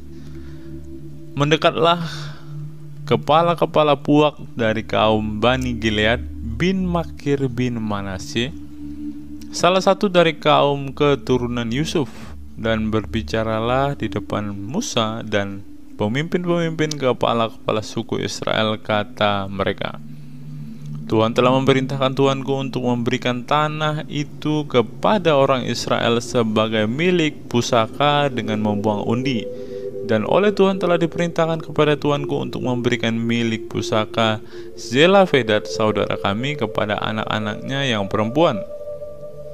Tetapi seandainya mereka kawin dengan salah seorang laki-laki dari suku lain di antara orang Israel, maka milik pusaka perempuan itu akan dikurangkan dari milik pusaka bapak-bapak kami yang akan ditambahkan kepada milik pusaka suku yang akan dimasukinya. Jadi akan dikurangkan dari milik pusaka yang diundikan kepada kami. Maka apabila tiba tahun Yobel bagi orang Israel, milik pusaka perempuan itu akan ditambahkan kembali kepada milik pusaka suku yang akan dimasukinya, dan akan dikurangkan dari milik pusaka nenek moyang kami.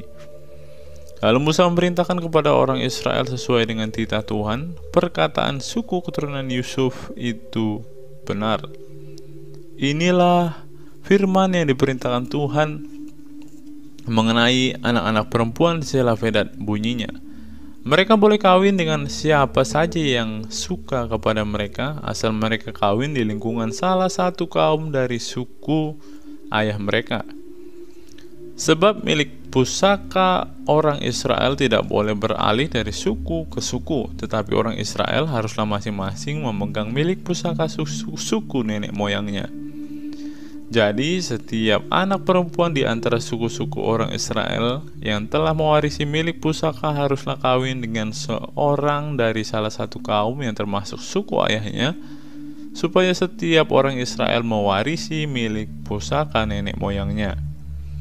Sebab milik pusaka itu tidak boleh beralih dari suku ke suku, tapi suku-suku orang Israel haruslah masing-masing memegang milik pusakanya sendiri. Seperti ini diperintahkan Tuhan kepada Musa, demikianlah diperbuat anak-anak perempuan Selafedat. Maka Mahla, Tirza, Hokla, Milka, dan Noa, anak-anak perempuan Selafedat kawin dengan anak-anak lelaki dari pihak saudara-saudara ayah mereka. Mereka kawin dengan laki-laki dari kaum-kaum Bani Manasye bin Yusuf, sehingga milik pusaka mereka tetap tinggal pada suku kaum ayahnya. Itulah perintah dan peraturan yang diperintahkan Tuhan kepada orang Israel dengan perantaraan Musa di dataran Moab di tepi sungai Yordan dekat Yeriko. Ulangan pasal 1, Musa meriwayatkan pengalaman di Gunung Horeb. Inilah perkataan-perkataan yang diucapkan Musa kepada seluruh orang Israel di seberang sungai Yordan, di padang gurun di Araba Yordan, di tentangan Suf antara Paran dan Tofel, Laban, Hazerot, dan di Zahab. 11 hari perjalanan jauhnya dari Horeb sampai ke Kades Barnea melalui jalan pegunungan Seir. Pada tanggal 1 bulan 11 tahun ke-40 berbicaralah Musa kepada orang Israel sesuai dengan segala yang diperintahkan Tuhan kepadanya demi mereka. Setelah ia memukul kala Sihon raja orang Amori dan diam di Hesibon, dan Og raja negeri Basan yang diam di Asitarot dekat Edrei di seberang sungai Yordan di tanah Moab, mulailah Musa menguraikan hukum Taurat ini, katanya. Tuhan Allah kita telah berfirman kepada kita di Horeb demikian: telah cukup lama kamu tinggal di gunung ini. Majulah, berangkatlah, pergilah ke pegunungan orang Amori dan kepada semua tetangga mereka di Araba Yordan, di pegunungan di daerah bukit, di tanah Negeb dan di tepi pantai laut, yakni negeri orang Kanaan, dan ke gunung Libanon sampai ke Efrat, sungai besar itu. Ketahuilah, aku telah menyerahkan negeri itu kepadamu. Masukilah, dudukilah negeri yang dijanjikan Tuhan dengan sumpah kepada nenek moyangmu, yakni Abraham, Ishak, dan Yakub, untuk memberikannya kepada mereka dan kepada keturunannya. Riwayat pengangkatan hakim-hakim. Pada waktu itu aku berkata kepadamu demikian: seorang dari aku tidak dapat memikul tanggung jawab atas kamu. Tuhan Allahmu telah membuat kamu banyak, dan sesungguhnya sekarang kamu sudah seperti bintang-bintang di langit banyaknya. Tuhan Allahmu, nenek moyangmu, kiranya menambahi kamu 1000 kali lagi dari jumlahmu sekarang, dan memberkati kamu seperti yang dijanjikannya kepadamu. Tetapi bagaimana seorang diri aku dapat memikul tanggung jawab atas kesusahanmu, atas bebanmu dan perkaramu? Kemukakanlah dari suku-sukumu orang-orang yang bijaksana, berakal budi, dan berpengalaman, maka aku akan mengangkat mereka menjadi kepala atas kamu. Lalu kamu menjawab aku, memang baik apa yang kau anjurkan untuk dilakukan itu. Kemudian aku mengambil kepala-kepala sukumu, yakni orang-orang yang bijaksana dan berpengalaman. Lalu aku mengangkat mereka menjadi pemimpin atas kamu, yakni sebagai kepala pasukan 1000, kepala pasukan 100, kepala pasukan 50, dan kepala pasukan 10, dan sebagai pengatur pasukan bagi suku-sukumu. Dan pada waktu itu aku memerintahkan kepada para hakimmu demikian: berilah perhatian kepada perkara-perkara di antara saudara-saudaramu, dan berilah keputusan yang adil di dalam perkara-perkara antara seorang dengan saudaranya atau dengan orang asing yang ada padanya. Dalam mengadili jangan pandang bulu, baik perkara orang kecil maupun perkara orang besar harus kamu dengarkan. Jangan gentar terhadap siapapun, sebab pengadilan adalah kepunyaan Allah. Tetapi perkara yang terlalu besar sukar bagimu harus kamu hadapkan kepadaku supaya aku mendengarnya. Demikianlah aku pada waktu itu memerintahkan kepadamu segala hal yang harus kamu lakukan. Riwayat ke-12 pengintai. Kemudian kita berangkat dari Horeb dan berjalan melalui segenap padang gurun yang besar dan dahsyat yang telah kamu lihat itu, ke arah pegunungan orang Amori seperti yang diperintahkan kepada kita oleh Tuhan Allah kita. Lalu kita sampai ke Kades Barnea. Ketika itu aku berkata kepadamu, kamu sudah sampai ke pegunungan orang Amori yang diberikan kepada kita oleh Tuhan Allah kita. Ketahuilah Tuhan Allahmu telah menyerahkan negeri itu kepadamu. Majulah, dudukilah seperti yang difirmankan kepadamu oleh Tuhan Allah nenek moyangmu. Jangan takut dan janganlah patah hati. Lalu kamu sekalian mendekati aku dan berkata, marilah kita menyuruh beberapa orang mendahului kita untuk menyelidiki negeri itu bagi kita dan membawa kabar kepada kita tentang jalan yang akan kita lalui dan tentang kota-kota yang akan kita datangi. Hal itu kupandang baik jika aku memilih daripadamu 12 orang dari tiap-tiap suku seorang. Mereka pergi dan berjalan ke arah pegunungan, lalu sampai ke lembah Eskol, kemudian menyelidiki negeri itu. Maka mereka mengambil buah-buahan negeri itu dan membawanya kepada kita. Pula mereka membawa kabar kepada kita, demikian negeri yang diberikan Tuhan Allah kita kepada kita itu baik. Tetapi kamu tidak mau berjalan ke sana, kamu menantang titah Tuhan Allahmu. Kamu menggerutu di dalam kemahmu serta berkata, karena Tuhan membenci kita, maka Ia membawa kita keluar dari tanah Mesir untuk menyerahkan kita ke dalam tangan orang Amori supaya dimusnahkan. Kemanakah pula kita maju? Saudara-saudara kita telah membuat hati kita tawar dengan mengatakan, orang-orang itu lebih besar dan lebih tinggi daripada kita. Kota-kota di sana besar dan kubu-kubunya sampai ke langit. Lagi pula kami melihat orang-orang enak di sana. Ketika itu aku berkata kepadamu, janganlah gemetar, janganlah takut kepada mereka. Tuhan Allahmu yang berjalan di depanmu, Dialah yang akan berperang untukmu sama seperti yang dilakukannya bagimu di Mesir di depan matamu. Dan di padang gurun di mana engkau melihat Tuhan Allahmu mendukung engkau seperti seorang mendukung anaknya, sepanjang jalan yang kamu tempuh sampai kita tiba di tempat ini. Tetapi walaupun demikian kamu tidak percaya kepada Tuhan Allahmu yang berjalan di depanmu di perjalanan untuk mencari tempat bagimu, di mana kamu dapat berkemah dengan api pada waktu malam dan dengan awan pada waktu siang untuk memperlihatkan kepadamu jalan yang harus kamu tempuh. Riwayat atas hukuman atas Israel. Ketika Tuhan mendengarkan gerutumu itu, Ia menjadi murka dan bersumpah, tidak seorang pun dari orang-orang ini, angkatan yang jahat ini, akan melihat negeri yang baik yang dengan sumpah kujanjikan untuk memberikannya kepada nenek moyangmu, kecuali Kaleb bin Yefune. Dialah yang akan melihat negeri itu, dan kepadanya dan kepada anak-anaknya akan kuberikan negeri yang diinjaknya itu, karena dengan sepenuh hati ia mengikuti Tuhan. Juga kepadaku Tuhan murka oleh karena kamu, Ia berfirman, juga engkau tidak akan masuk ke sana. Yosua bin Nun pelayanmu, dialah yang akan masuk ke sana. Berilah kepadanya semangat, sebab dialah yang akan memimpin orang Israel sampai mereka memiliki negeri itu. Dan anak-anakmu yang kecil dan kamu katakan akan menjadi rampasan, dan anak-anakmu yang sekarang ini yang belum mengetahui tentang yang baik dan yang jahat, mereka lah yang akan masuk ke sana, dan kepada mereka lah aku akan memberikannya, dan mereka lah yang akan memilikinya.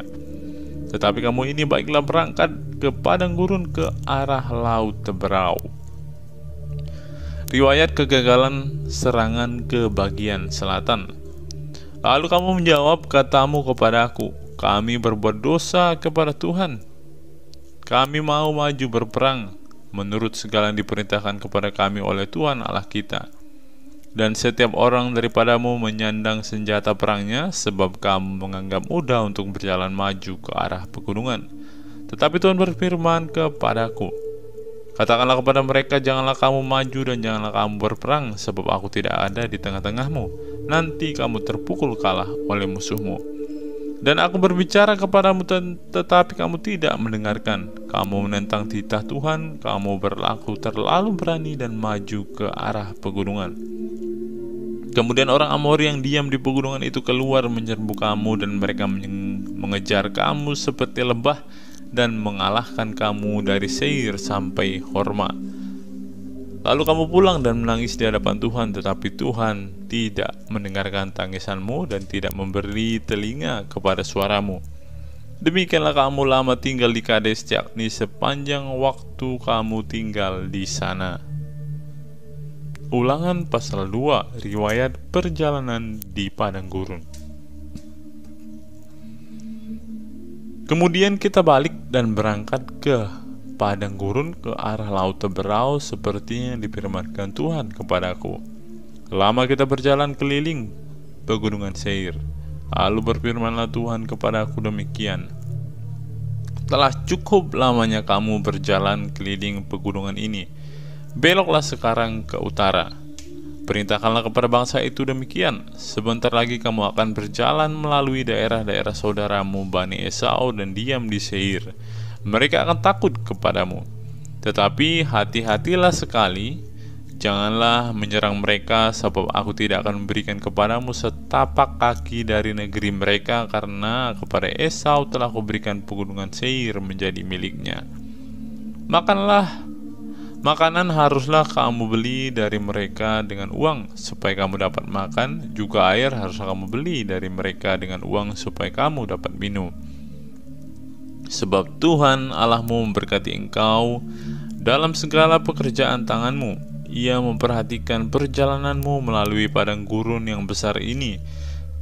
Ke-40 tahun ini Tuhan Allahmu menyertai engkau, dan engkau tidak kekurangan apapun. Kemudian kita berjalan terus meninggalkan daerah saudara-saudara kita Bani Esau yang diam di Seir, meninggalkan jalan dari Araba Yordan, yakni dari Elad dan Ezion Geber. Sesudah itu kita belok dan berjalan terus ke arah pegunungan gurun Moab. Lalu berfirmanlah Tuhan kepadaku, janganlah melawan Moab dan janganlah menyerang mereka, sebab aku tidak akan memberikan kepadamu apapun dari negerinya menjadi milikmu, karena Ar telah kuberikan kepada Bani Lot menjadi miliknya. Dahulu orang Emim diam di sana, suatu bangsa yang besar dan banyak jumlahnya, tinggi seperti orang Enak. Mereka itu pun dikira orang Refaim seperti orang Enak, tetapi orang Moab menyebut mereka orang Emim. Dan dahulu di Seir diam orang Hori, tetapi Bani Esau telah menduduki daerah mereka, memunahkan mereka dari hadapannya, lalu menetap di sana menggantikan mereka, seperti yang dilakukan orang Israel dengan negeri miliknya yang diberikan Tuhan kepada mereka. Jadi sekarang bersiaplah kamu dan seberangilah sungai Zered. Lalu kita menyeberang sungai Zered. Lamanya kita berjalan sejak dari Kades Barnea sampai kita ada di seberang sungai Zered ada 38 tahun, sampai seluruh angkatan itu, yakni prajurit, habis binasa dari perkemahan seperti yang dijanjikan Tuhan dengan sumpah kepada mereka. Dan tangan Tuhan juga melawan mereka untuk menghamburkan mereka dari perkemahan sampai mereka habis binasa. Maka ketika dari bangsa itu telah habis binasa semua prajurit, berfirmanlah Tuhan kepadaku, pada hari ini engkau akan berjalan melintasi perbatasan Moab, yakni Ar. Maka engkau sampai ke dekat Bani Amon. Janganlah melawan mereka dan janganlah menyerang mereka, sebab aku tidak akan memberikan kepadamu apapun dari negeri Bani Amon. Itu menjadi milikmu, karena aku telah memberikannya kepada Bani Lot menjadi miliknya. Negeri ini pun dikira negeri orang Refaim. Dahulu orang Refaim diam di sana, tetapi orang Amon menyebut mereka orang Zamzuzim. Suatu bangsa yang besar dan banyak jumlahnya, tinggi seperti orang Enak, tetapi Tuhan telah memunahkan mereka dari hadapan Bani Amon, sehingga orang-orang itu menduduki daerah mereka dan menetap di sana menggantikan mereka. Seperti yang dilakukan Tuhan bagi Bani Esau dan yang diam di Seir, ketika ia memunahkan orang Hori dari depan mereka sehingga mereka menduduki negeri orang Hori itu dan menetap di sana menggantikan orang-orang itu sampai sekarang. Juga orang Awi yang diam di kampung-kampung sampai Gaza dipunahkan oleh orang Kaftor yang berasal dari Kaftor, lalu orang Kaftor itu menetap di sana menggantikan mereka. Bersiaplah kamu, berangkatlah dan seberangilah sungai Arnon. Ketahuilah aku menyerahkan Sihon raja Hesibon orang Amori itu beserta negerinya ke dalam tanganmu. Mulailah menduduki negerinya dan seranglah Sihon. Pada hari ini aku mulai mendatangkan ke atas bangsa-bangsa di seluruh kolong langit keseganan dan ketakutan terhadap kamu, sehingga mereka menggigil dan gemetar karena engkau apabila mendengar tentang kamu. Riwayat peperangan melawan Sihon raja Hesibon. Kemudian aku menyuruh utusan dari padang gurun Kedemot kepada Sihon raja Hesibon menyampaikan pesan perdamaian bunyinya. Izinkanlah aku berjalan melalui negerimu. Aku akan tetap berjalan mengikuti jalan raya dengan tidak menyimpang ke kanan atau ke kiri. Jualah makanan kepadaku dengan bayaran uang supaya aku dapat makan, dan berikanlah air kepadaku ganti uang supaya aku dapat minum. Hanya izinkanlah aku lewat dengan berjalan kaki, seperti yang diperbuat kepadaku oleh Bani Esau yang diam di Seir dan oleh orang Moab yang diam di Ar, sampai aku menyeberangi sungai Yordan pergi ke negeri yang diberikan kepada kami oleh Tuhan Allah kami. Tetapi Sihon raja Hesibon tidak mau memberikan kita berjalan melalui daerahnya, sebab Tuhan Allahmu membuat dia keras kepala dan tegar hati dengan maksud menyerahkan dia ke dalam tanganmu seperti yang terjadi sekarang ini. Lalu Tuhan berfirman kepadaku, ketahuilah aku mulai menyerahkan Sihon dan negerinya kepadamu. Mulailah menduduki negerinya supaya menjadi milikmu. Kemudian Sihon dan seluruh tentaranya maju mendatangi kita untuk berperang dekat Yahas. Tetapi Tuhan Allah kita menyerahkan dia kepada kita sehingga kita mengalahkan dia dengan anak-anaknya dan seluruh tentaranya. Ayat 34. Pada waktu itu kita merebut segala kotanya dan merampas penduduk setiap kota, laki-laki dan perempuan serta anak-anak. Tidak ada seorang pun yang kita biarkan terluput. Hanya hewan kita rampas bagi kita sendiri, seperti juga jarahan dari kota-kota yang telah kita rebut. Mulai dari Aroer di tepi sungai Arnon dan kota di lembah itu sampai Gilead, tidak ada kota yang bentengnya terlalu kuat bagi kita, sebab Tuhan Allah kita menyerahkan semuanya kepada kita. Hanya negeri Bani Amon tidak engkau dekati, baik sungai Yabok sepanjang tepinya maupun kota-kota di pegunungan, tepat seperti yang dilarang Tuhan Allah kita. Ulangan pasal yang ketiga. Riwayat peperangan melawan Og raja Basan. Kemudian beloklah kita dan maju ke arah Basan, dan Og raja Basan dengan seluruh tentaranya maju mendatangi kita untuk berperang di Edrei. Tetapi Tuhan berfirman kepadaku, janganlah takut kepadanya, sebab aku menyerahkan dia ke dalam tanganmu beserta seluruh tentaranya dan negerinya, dan perlakukanlah dia seperti yang kau lakukan terhadap Sihon raja orang Amori yang diam di Hesibon. Dan Tuhan Allah kita menyerahkan juga Og raja Basan beserta seluruh tentaranya ke dalam tangan kita, dan kita mengalahkan dia sehingga tidak seorang pun yang luput. Pada waktu itu kita merebut segala kotanya, tidak ada kota yang tidak kita rampas daripada mereka. 60 kota seluruh wilayah Argob, kerajaan Og di Basan. Semuanya itu adalah kota berkubu dengan tembok yang tinggi-tinggi dengan pintu-pintu gerbang dan palang-palangnya. Lain daripada itu sangat banyak kota yang tidak berkubu. Kita menumpas seluruh penduduknya seperti yang kita lakukan terhadap Sihon, raja Hesibon, dengan menumpas penduduk setiap kota, laki-laki, perempuan, dan anak-anak. Tetapi segala hewan dan jarahan dari kota-kota itu kita rampas bagi kita sendiri. Jadi pada waktu dari tangan kedua raja orang Amori itu kita merampas negeri yang di seberang sungai Yordan, mulai dari sungai Arnon sampai gunung Hermon. Orang Sidon menyebut Hermon itu Sirion, dan orang Amori menyebutnya Senir. Segala kota di dataran tinggi, seluruh Gilead dan seluruh Basan sampai ke Salka dan Edrei, kota-kota kerajaan Og di Basan. Hanya Og raja Basan yang tinggal hidup dari sisa-sisa orang Refaim. Sesungguhnya ranjangnya adalah ranjang dari besi. Bukankah itu masih ada di kota Raba Bani Amon? 9 hasta panjangnya dan 4 hasta lebarnya menurut hasta biasa. Riwayat penyerahan daerah sebelah timur sungai Yordan. Adapun negeri itu telah kita duduki pada waktu itu, mulai dari Aroer di tepi sungai Arnon beserta setengah dari pegunungan Gilead dengan kota-kota aku berikan kepada orang Ruben dan orang Gad. Dan masih tinggal dari Gilead beserta seluruh Basan kerajaan Og, yakni seluruh wilayah Argob, aku berikan kepada suku Manasye yang setengah itu. Seluruh Basan ini disebut negeri orang Refaim. Yair anak Manasye mengambil seluruh wilayah Argob sampai daerah orang Gesur dan Makha, dan menamai daerah itu yakni Basan menurut namanya sendiri. Hawat Yair sampai sekarang. Kepada Makir diberikan Gilead, kepada orang Ruben dan kepada orang Gad kuberikan sebagian dari Gilead. Sebelah sini sampai sungai Arnon, yakni sebelah dari sungai itu dengan daerah pinggirnya, dan sebelah sana sampai sungai Yabok, batas daerah Bani Amon. Selanjutnya Araba Yordan dan sungai Yordan dengan daerah pinggirnya mulai dari Kineret sampai ke laut Araba, yakni laut Asin, di kaki lereng gunung Pisga ke arah timur. Pada waktu itu aku memerintahkan kepadamu demikian: Tuhan Allahmu telah memberikan negeri ini kepadamu untuk dimiliki.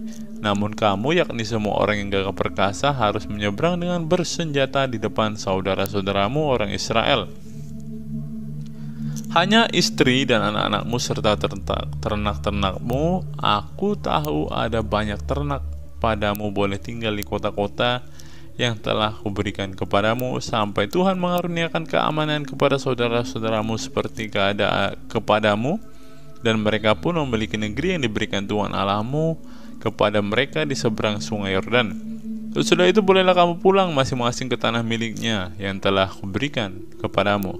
Dan kepada Yosua kuperintahkan pada waktu itu demikian: matamu sendirilah yang melihat segala yang dilakukan Tuhan Allahmu terhadap kedua raja itu.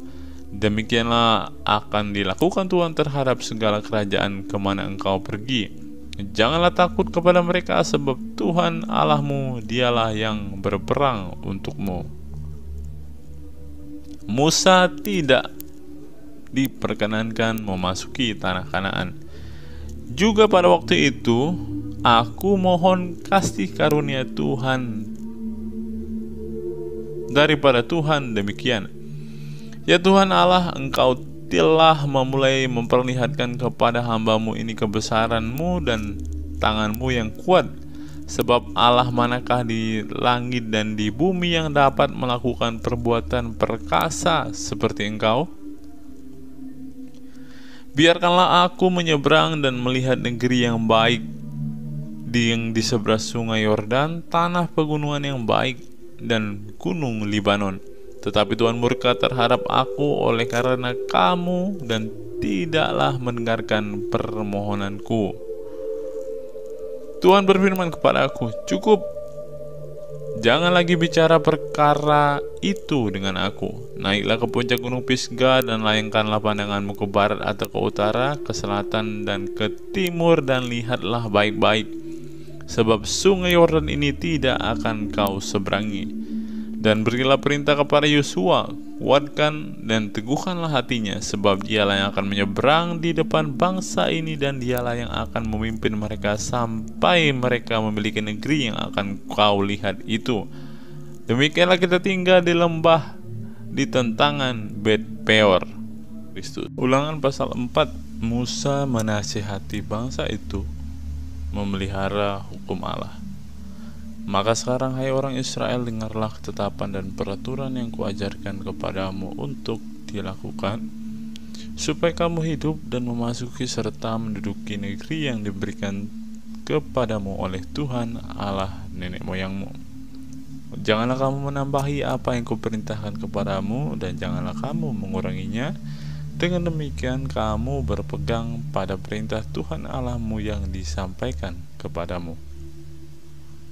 Matamu sendiri telah melihat apa yang diperbuat Tuhan mengenai Baal Peor, sebab Tuhan Allahmu telah memunahkan dari tengah-tengahmu semua orang yang mengikuti Baal Peor. Sedangkan kamu sekalian yang berpaut pada Tuhan Allahmu masih hidup pada hari ini. Ingatlah, aku telah mengajarkan ketetapan dan peraturan kepadamu, seperti yang diperintahkan kepadaku oleh Tuhan Allahku, supaya kamu melakukan yang demikian di negeri yang akan kamu masuki untuk mendudukinya. Lakukanlah itu dengan setia, sebab itulah yang akan menjadikan kebijaksanaanmu dan akal budimu di mata bangsa-bangsa yang pada waktu mendengarkan segala ketetapan ini akan berkata, memang bangsa yang besar ini adalah umat yang bijaksana dan berakal budi. Sebab bangsa besar manakah yang mempunyai Allah yang demikian dekat kepadanya seperti Tuhan Allah kita setiap kali kita memanggil kepadanya? Dan bangsa besar manakah yang mempunyai ketetapan dan peraturan demikian adil seperti seluruh hukum ini yang kubentangkan kepadamu pada hari ini?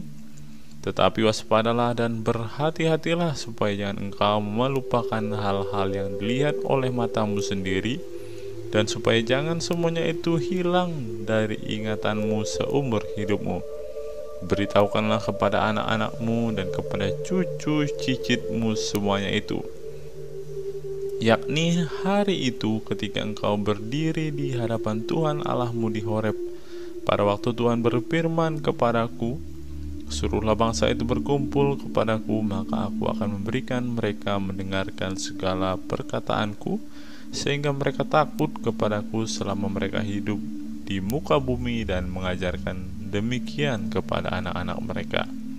Lalu kamu mendekat dan berdiri di kaki gunung itu, sedang gunung itu menyala seperti pusar langit dalam gelap gulita awan dan kegelapan. Lalu berfirmanlah Tuhan kepadamu dari tengah-tengah api. Suara kata-kata kamu dengar, tetapi suatu rupa tidak kamu lihat, hanya ada suara. Dan ia memberitahukan kepadamu perjanjian yang diperintahkannya kepadamu untuk dilakukan, yakni ke-10 firman, dan ia menuliskan pada 2 loh batu. Dan pada waktu itu aku diperintahkan Tuhan untuk mengajarkan kepadamu ketetapan dan peraturan, supaya kamu melakukannya di negeri kemana kamu pergi untuk mendudukinya.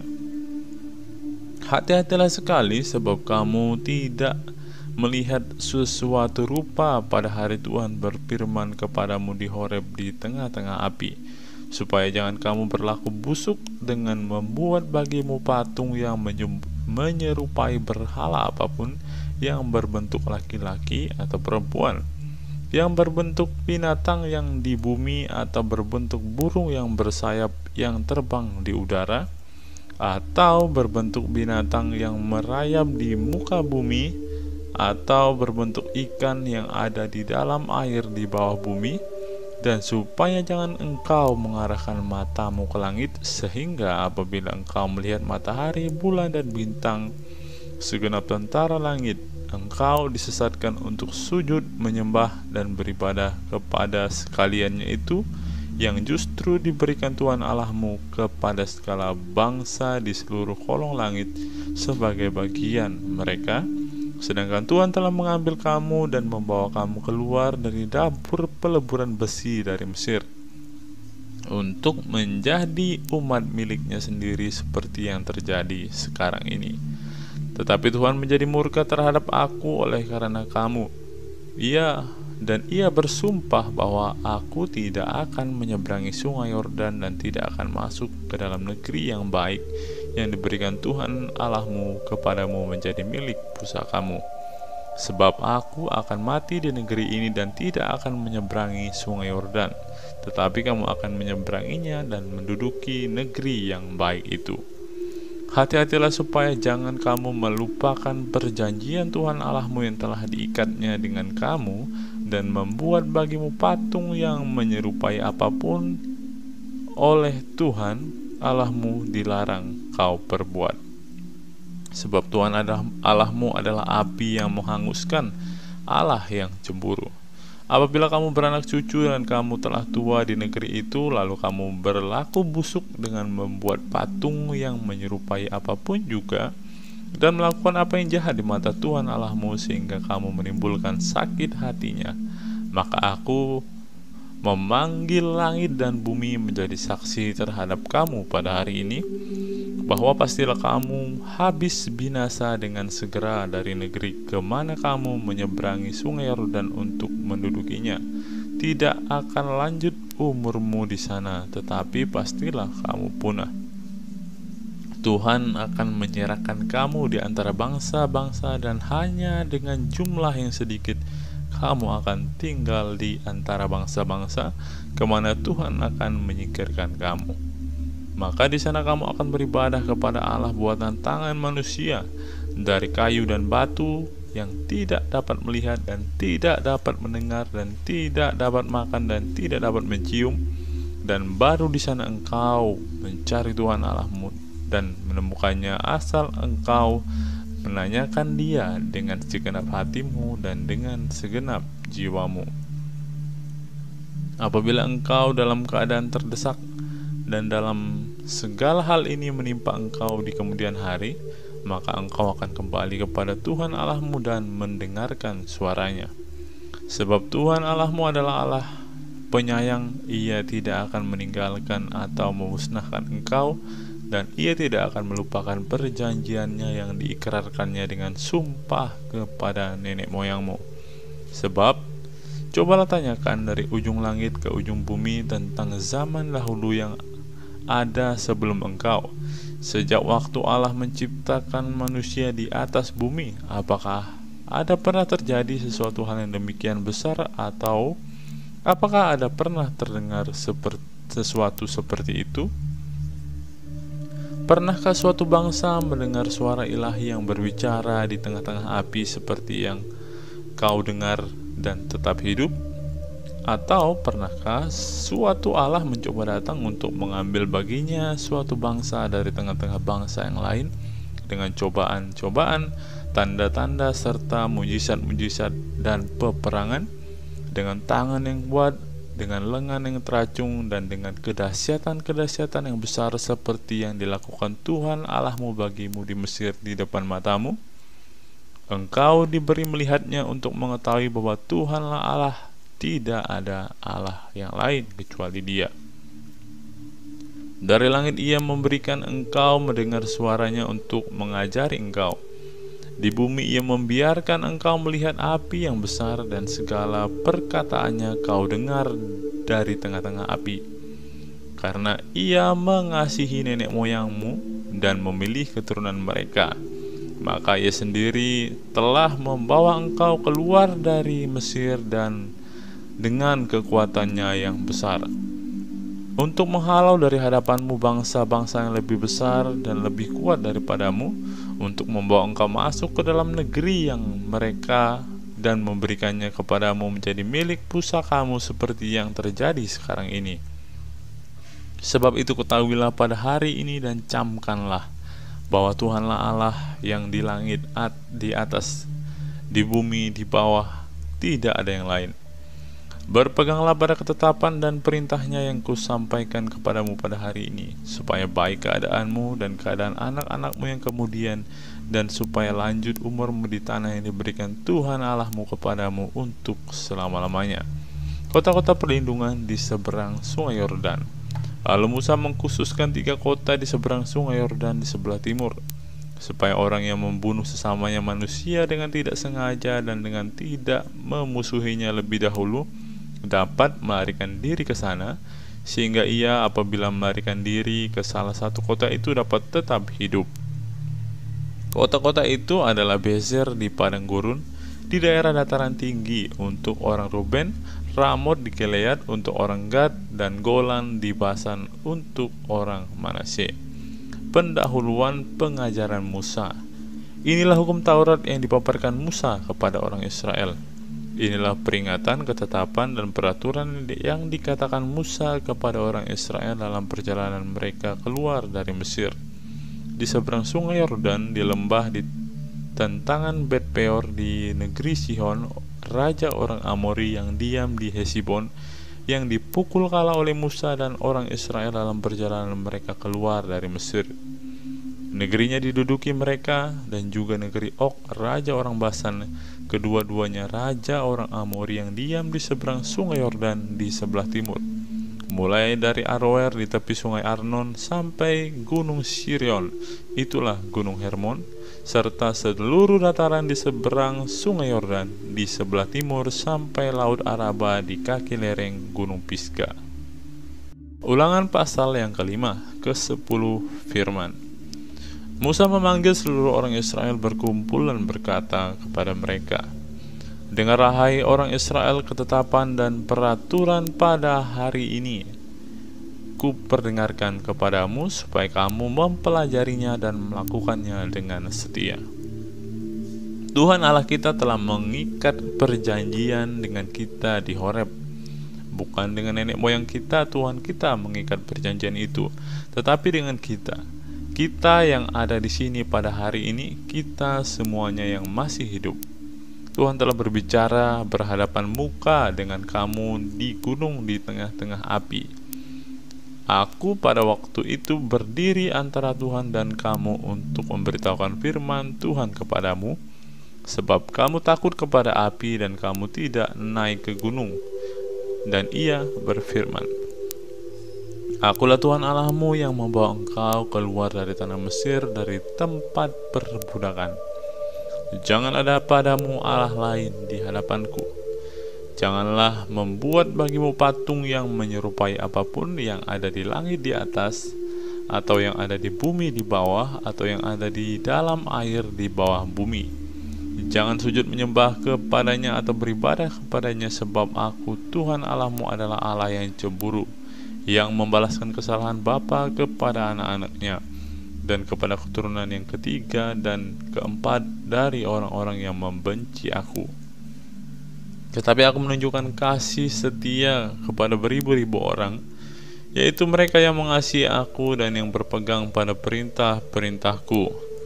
Jangan menyebut nama Tuhan Allahmu dengan sembarangan, sebab Tuhan akan memandang bersalah orang yang menyebut namanya dengan sembarangan. Tetapi tetaplah ingat dan kuduskanlah hari Sabat seperti yang diperintahkan kepadamu oleh Tuhan Allahmu.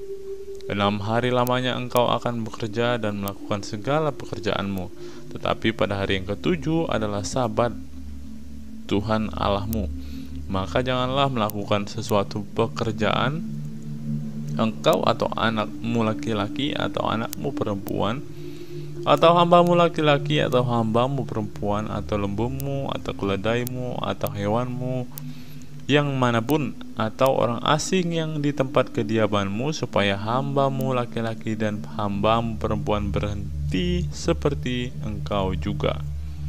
Sebab haruslah kau ingat bahwa engkau pun dahulu budak di tanah Mesir, dan engkau dibawa keluar dari sana oleh Tuhan Allahmu dengan tangan yang kuat dan dengan lengan yang terancung. Itulah sebabnya Tuhan Allahmu memerintahkan engkau merayakan hari Sabat.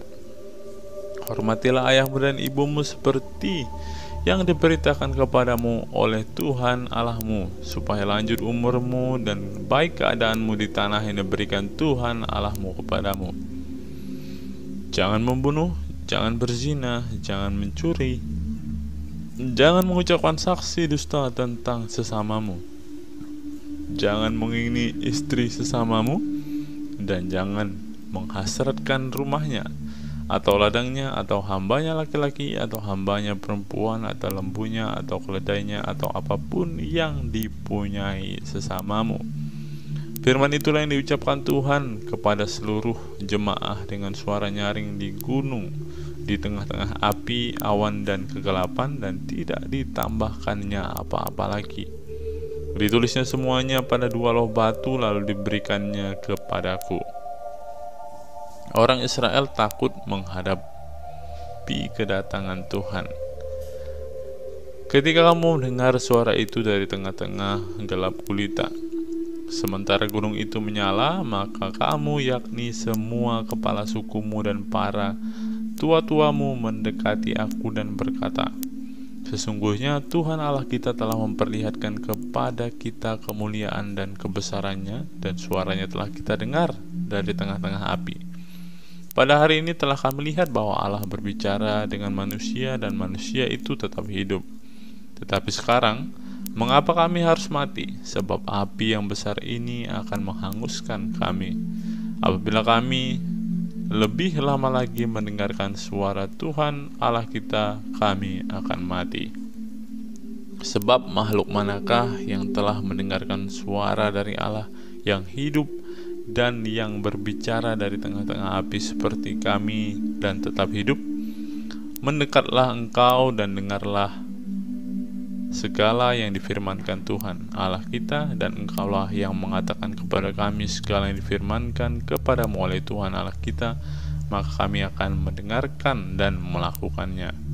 Ketika Tuhan mendengarkan perkataan itu, sedang kamu mengatakan kepadaku, maka berfirmanlah Tuhan kepadaku, Tuhan, kau dengar perkataan bangsa ini yang dikatakan mereka kepadamu. Segala yang dikatakan mereka itu baik, kiranya hati mereka selalu begitu, yakni takut akan daku dan berpegang pada segala perintahku, supaya baik keadaan mereka dan anak-anak mereka untuk selama-lamanya. Pergilah, katakanlah kepada mereka, kembalilah ke kemahmu. Tetapi engkau berdiri di sini bersama-sama dengan aku, maka aku hendak mengatakan kepadamu segenap perintah, yakni ketetapan dan peraturan yang akan kuajarkan kepada mereka, supaya mereka melakukannya di negeri yang kuberikan kepada mereka untuk dimiliki. Maka lakukanlah semuanya itu dengan setia, seperti yang diperintahkan kepadamu oleh Tuhan Allahmu. Janganlah menyimpang ke kanan atau ke kiri. Segenap jalan yang diperintahkan kepadamu oleh Tuhan Allahmu haruslah kamu jalani, supaya kamu hidup dan baik keadaanmu serta lanjut umurmu di negeri yang akan kamu duduki. Ulangan pasal yang ke-6. Kasih kepada Allah adalah perintah yang utama. Inilah perintah, yakni ketetapan dan peraturan yang aku ajarkan kepadamu atas perintah Tuhan Allahmu untuk dilakukan di negeri kemana kamu pergi untuk mendudukinya, supaya seumur hidupmu engkau dan anak cucumu takut akan Tuhan Allahmu dan berpegang pada segala ketetapan dan perintahnya yang kusampaikan kepadamu, dan supaya lanjut umurmu. Maka dengarlah, hai orang Israel, lakukanlah itu dengan setia, supaya baik keadaanmu dan supaya kamu menjadi sangat banyak, seperti yang dijanjikan Tuhan Allah nenek moyangmu kepadamu di suatu negeri yang berlimpah-limpah susu dan madunya. Dengarlah, hai orang Israel, Tuhan itu Allah kita, Tuhan itu Esa. Kasihilah Tuhan Allahmu dengan segenap hatimu dan dengan segenap jiwamu dan dengan segenap kekuatanmu. Apa yang kuperintahkan kepadamu pada hari ini haruslah engkau perhatikan. Haruslah engkau mengajarkan berulang-ulang kepada anak-anakmu dan membicarakannya apabila engkau duduk di rumahmu, apabila engkau sedang dalam perjalanan, apabila engkau sedang berbaring, dan apabila engkau bangun. Haruslah engkau mengikatkannya sebagai tanda pada tanganmu, dan haruslah itu menjadi lambang di dahimu, dan haruslah engkau menuliskannya pada tiang pintu rumahmu dan pada pintu gerbangmu. Maka apabila Tuhan Allahmu telah membawa engkau masuk ke negeri yang dijanjikannya dengan sumpah kepada nenek moyangmu, yakni Abraham, Ishak, dan Yakub, untuk memberikannya kepadamu kota-kota yang besar dan baik yang tidak kau dirikan, rumah-rumah penuh berisi berbagai-bagai barang baik yang tidak kau isi, sumur-sumur yang tidak kau gali, kebun-kebun anggur dan kebun-kebun zaitun yang tidak kau tanami. Dan apabila engkau sudah makan dan menjadi kenyang, maka berhati-hatilah supaya jangan engkau melupakan Tuhan yang telah membawa kamu keluar dari tanah Mesir, dari rumah perbudakan. Engkau harus takut akan Tuhan Allahmu, kepada Dia haruslah engkau beribadah, dan demi namanya haruslah engkau bersumpah. Janganlah kamu mengikuti Allah lain dari antara Allah bangsa-bangsa sekelilingmu, sebab Tuhan Allahmu adalah Allah yang cemburu di tengah-tengahmu, supaya jangan bangkit murka Tuhan Allahmu terhadap engkau sehingga Ia memunahkan engkau dari muka bumi. Janganlah kamu mencobai Tuhan Allahmu seperti kamu mencobai Dia di masa. Haruslah kamu berpegang pada perintah, peringatan, dan ketetapan Tuhan Allahmu yang diperintahkannya kepadamu. Haruslah engkau melakukan apa yang benar dan baik di mata Tuhan, supaya baik keadaanmu dan engkau memasuki dan menduduki negeri yang baik yang dijanjikan Tuhan dengan sumpah kepada nenek moyangmu, dengan mengusir semua musuhmu dari hadapanmu seperti yang difirmankan Tuhan. Apabila di kemudian hari anakmu bertanya kepadamu, apakah peringatan, ketetapan, dan peraturan yang diperintahkan kepadamu oleh Tuhan Allah kita, maka haruslah engkau menjawab anakmu itu, kita dahulu adalah budak Firaun di Mesir, tetapi Tuhan membawa kita keluar dari Mesir dengan tangan yang kuat. Tuhan membuat tanda-tanda dan mujizat-mujizat yang besar dan mencelakakan terhadap Mesir, terhadap Firaun dan seisi rumahnya di depan mata kita. Tetapi kita dibawanya keluar dari sana supaya kita dapat dibawanya masuk dan untuk memberikan kepada kita negeri yang telah dijanjikannya dengan sumpah kepada nenek moyang kita. Tuhan Allah kita memerintahkan kepada kita untuk melakukan segala ketetapan itu dan untuk takut akan Tuhan Allah kita, supaya senantiasa baik keadaan kita dan supaya Ia membiarkan kita hidup seperti sekarang ini. Dan kita akan menjadi benar apabila kita melakukan segenap perintah itu dengan setia di hadapan Tuhan Allah kita, seperti yang diperintahkannya kepada kita.